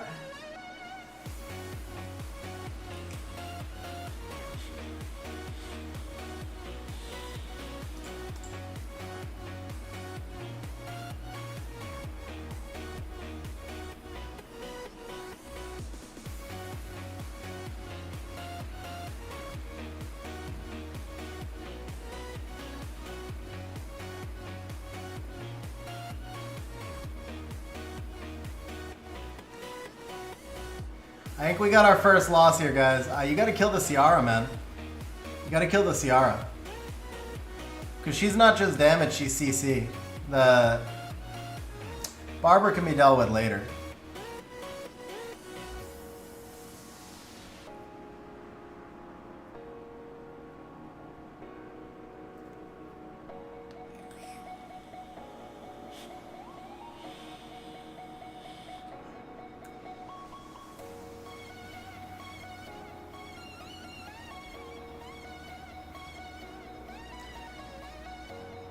Unfortunately, I can't heal you either.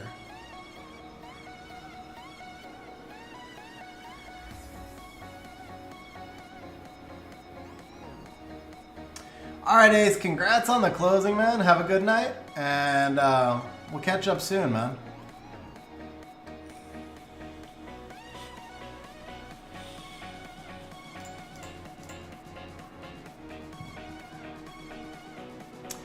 Alright, bro. Good game, man. Good game. We still went 1-1.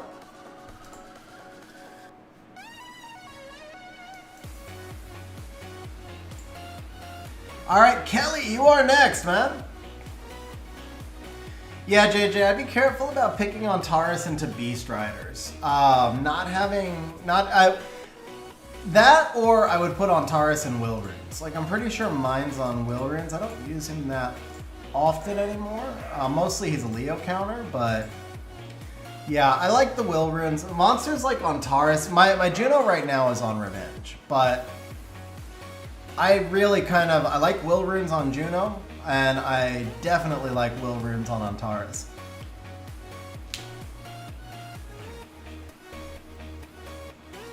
Am I not farming?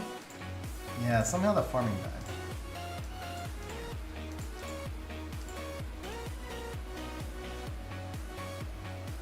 Kelly, are you still here, Kelly?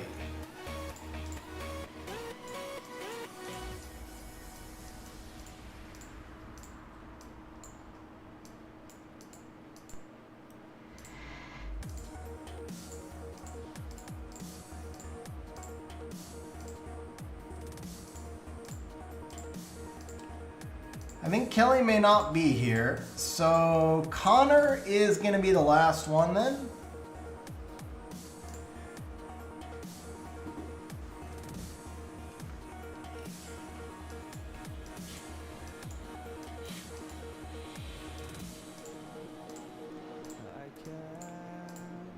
Connor, are you still here? So if Connor's not here, we'll go with Porch, and we'll do that last one to wrap it up.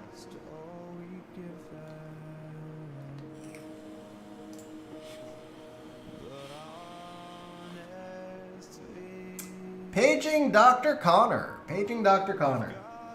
All right, I think Connor's gone as well, so Porch. Yeah, Porch, if you want to just invite me then, bro. It'll be you and I to wrap it up. By default, yeah.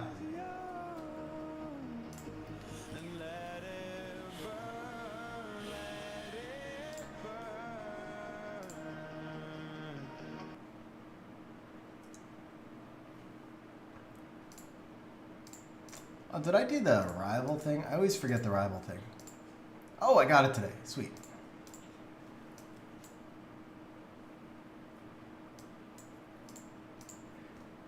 Yeah, Fearless, I might, if I have time on another stream, I might do it again. I mean, it is fun to do 2v2.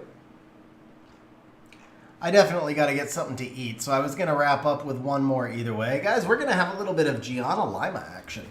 All right, Porch, ground rules. You must draft Gianna. Actually, Porch, do you want to try one where it's just all LDs, whether it makes sense or not? We can just force in 8 LDs. All right, here we go, guys. All LD match. Good draft or not, it doesn't matter. 8 LD match coming up.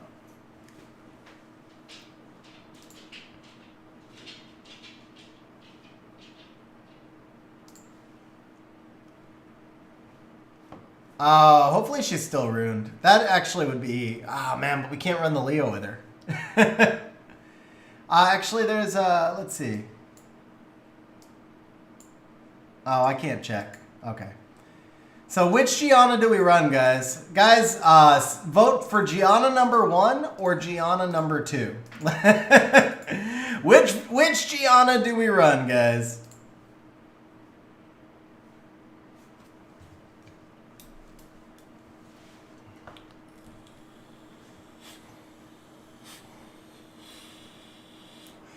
Or do we get to run anything? We might not be able to queue. It looks like we might not be able to queue.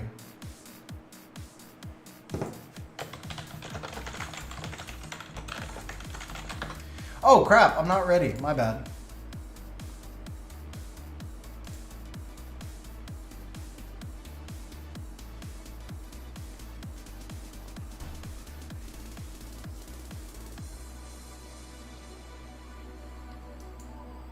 Does Tableau count as an LD? Because he gives us a speed lead. I don't know if Tableau counts as an LD.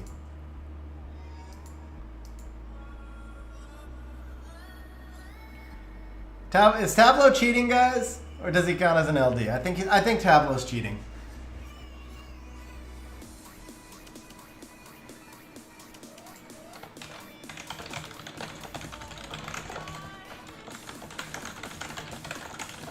Yeah, I think all LD5s. Oh, I was leader. Crap. Yeah, all LD5s. All LD5s.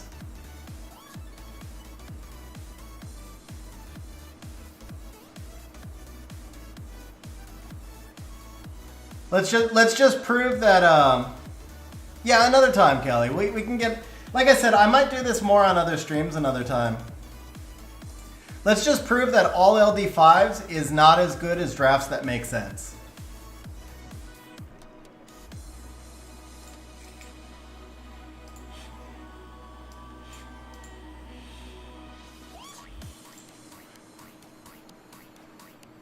He stole my Beelzebub! What?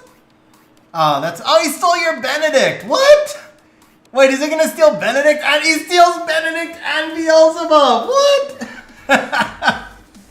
Are you kidding me? He stole both our LD5s. Is he on stream? Hunter, are you on stream, bro? Did we get stream sniped? I feel like we got stream sniped. Okay, if you can't do all 4 now, then just do a draft that makes sense.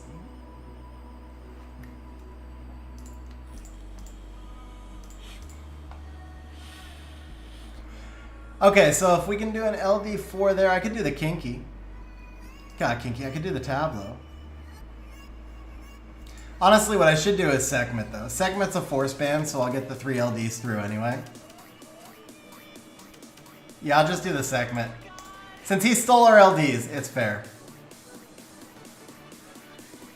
We have double strips. If they ban both strips, that Wusa dominates.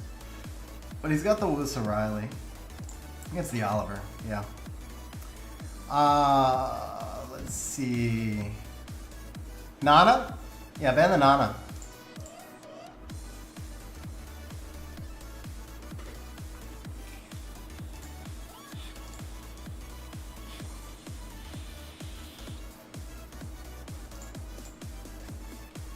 Oh, he's common? My bad, bro. My bad. I thought I didn't. Oh, my bad. I could have done the Nikki too. Oh, my bad. I didn't know. I thought he was common. I thought Mi Ying was common attack.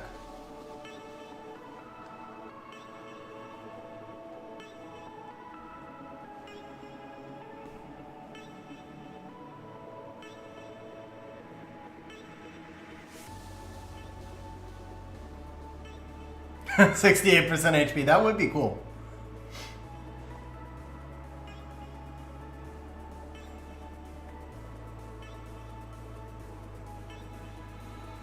Is that a violent Moor?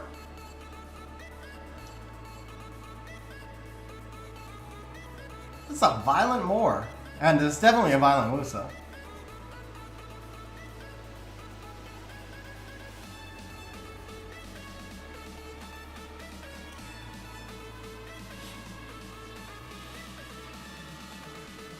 Oh, he revenged first.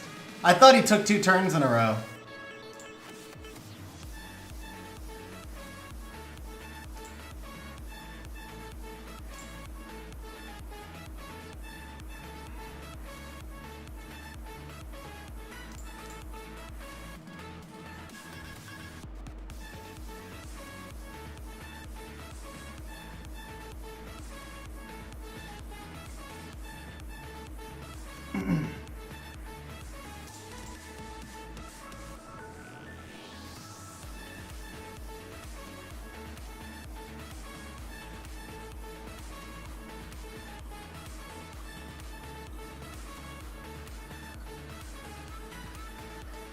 Good thing is he can't revive if nothing's dead on his side.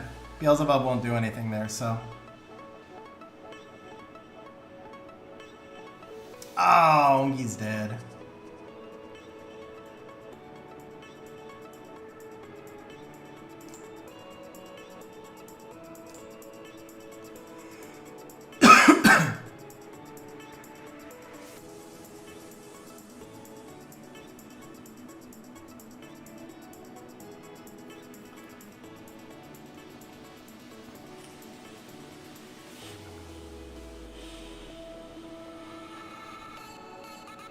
Oh, wait, but now the Beelzebub can revive the Benedict. That's why I was focusing the other side.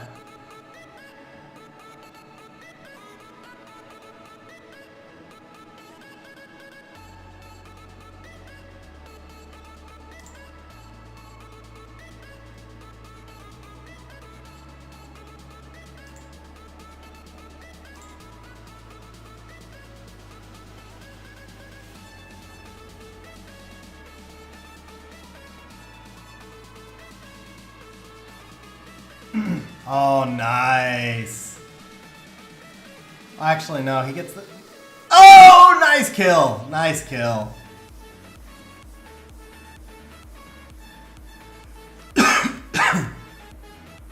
Okay, that's a dead Wusa for sure. Nikki's up. I guess he'll S2 the Nikki here.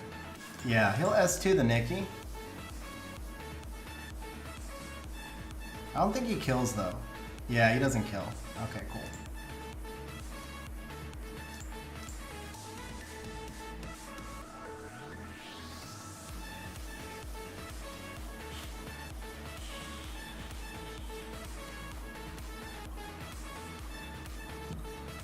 Hey, it wasn't all LD5s. We used some LD4s.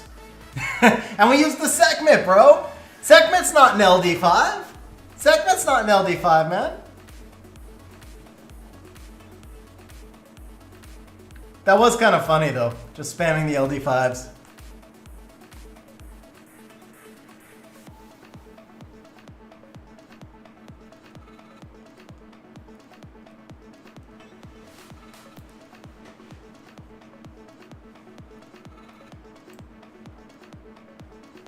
Alright, so we're going to rock Gianna Lima out the gate.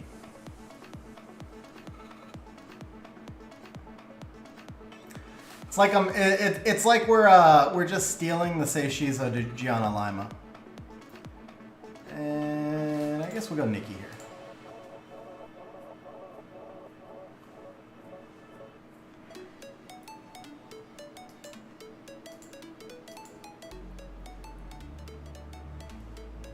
Thinking Beelzebub. I could go Beelzebub Julienne instead of doing the Volantis.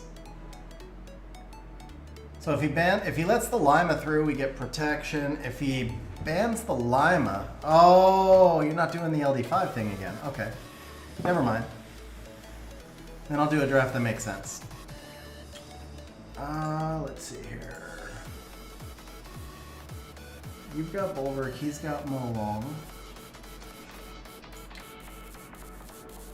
Julian actually still makes sense. Yeah, no, I didn't make it clear. Let's do Josephine.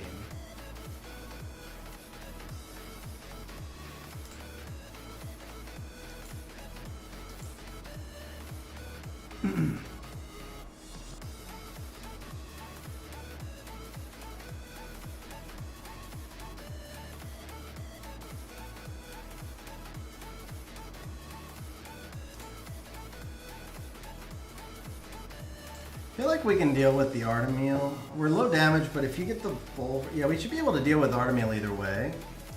Tetra is the ban up here for sure. I feel like it's Miles Tetra, right? Oh, Kiki. So he's banning, yeah, I think you can ban the Kiki. We'll deal with the Tetra. Tetra only works on one side. Well, Kiki only works on one side too.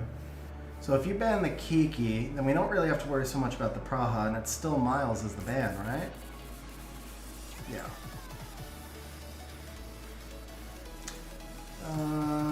Don't know if your Gianna needs crit rate, so I don't know if she needs accuracy either. I'd say HP for this one.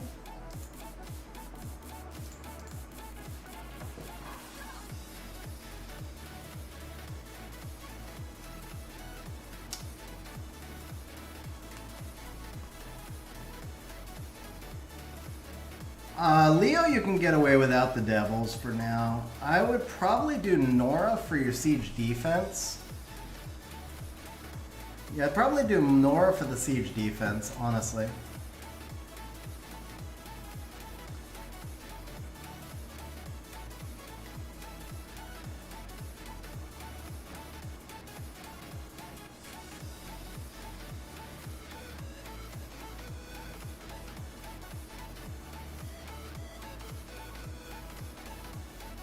Do we care more about the slow or the invincibility? I think we care more about the slow because Praha can strip anyway. So we'll feed you some... Oh, okay.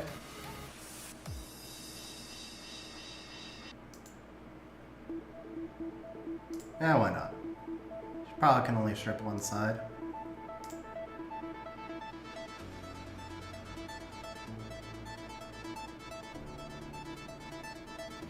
Mobile gaming, so this is the last one of the stream, unfortunately, but I might do this again in the future.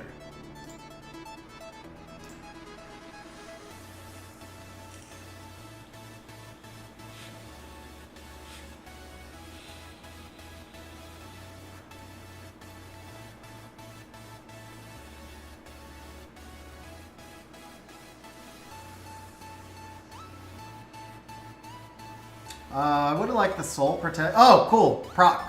Nice. Okay. Actually, it doesn't matter. Nikki's in front. And Tetra may strip.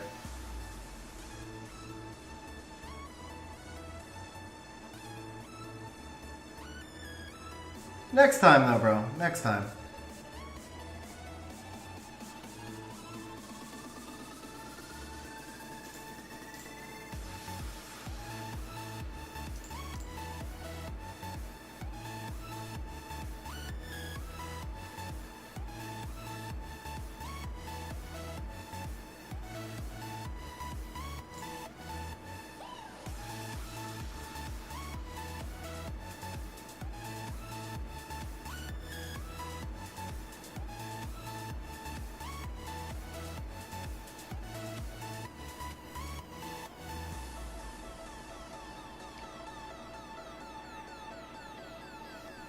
Oh, so close.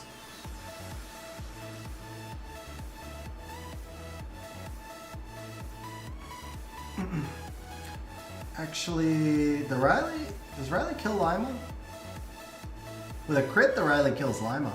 Or a proc. Crit or proc in the Lima. No, can't proc. Yeah. He took the protection. Nice. Okay. So I can't beat Artemeal counter. Let's go over here.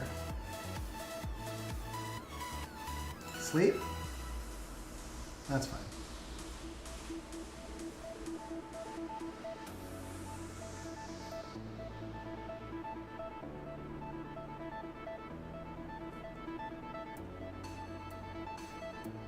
So we lose the Lima now, but we're still good. Because he lost the oh no, Artemeal's got his S2. Oh, that's a good proc for him too.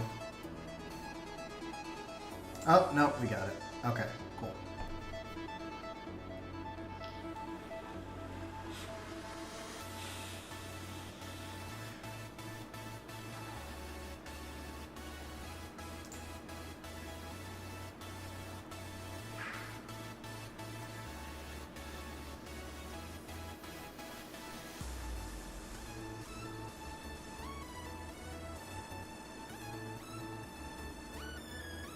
He can bubble.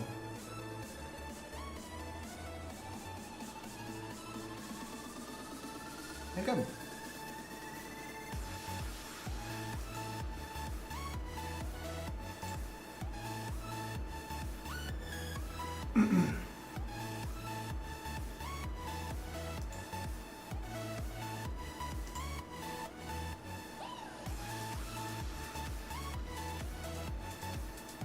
I don't know how we kill through that Tetra.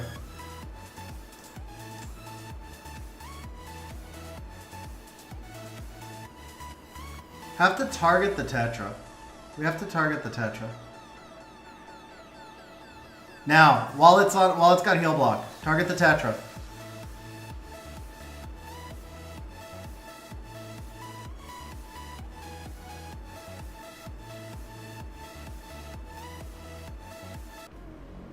Nice!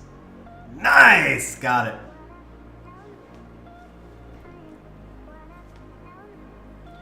You can't heal the Josephine. Bulwark can't heal the Josephine. Does he S3 me here? He does. He gets the kill too, right? Oh, but we got the debuffs. Put him on Riley. Put him on Riley. Or not.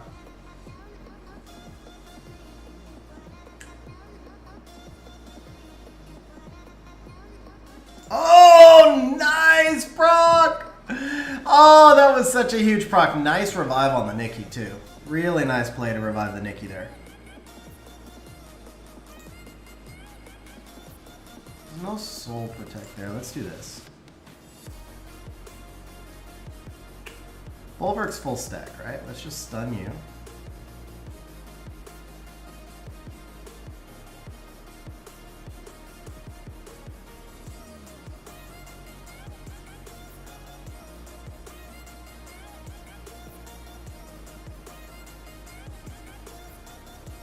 Is he gonna take the counter off the Josephine?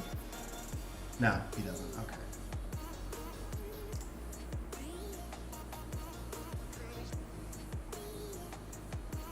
Good strip.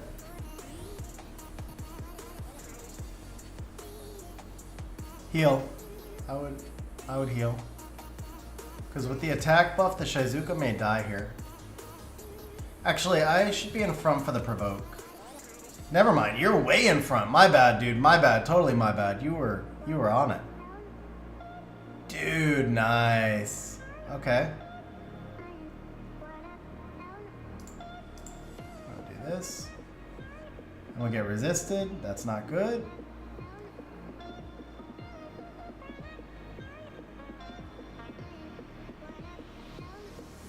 That was good.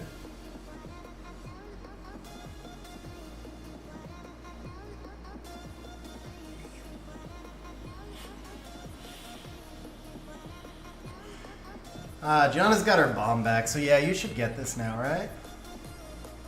Oh, never mind. Shizuka's got her bomb back. Perfect. Dude, nicely done, man. Nicely done.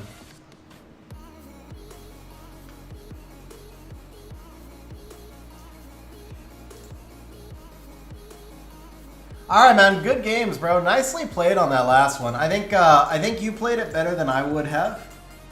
Honestly. So nicely played on that last one. So Nice wins also. Good games, everybody. I am gonna grab something to eat. Kelly, definitely we'll see if we can get some matches next time since you missed the drawing. And actually, I guess you were here for the drawing. You were just behind on stream, but. All right, guys, we're going to wrap up from there. I'm going to get some food. So, guys, as always, I appreciate you hanging out with me on stream. Trendy, huge congrats on the Vivishell, bro. Huge congrats on the new toys as well. But obviously, mostly on the Vivishell. And well, actually, more. Yeah, more and Douglas. More Douglas Vivishell. That's pretty sick, man. Anyway, guys, have a good one, guys. I will catch you on the next one. You're very welcome, Trendy. And we'll see you guys on the next stream.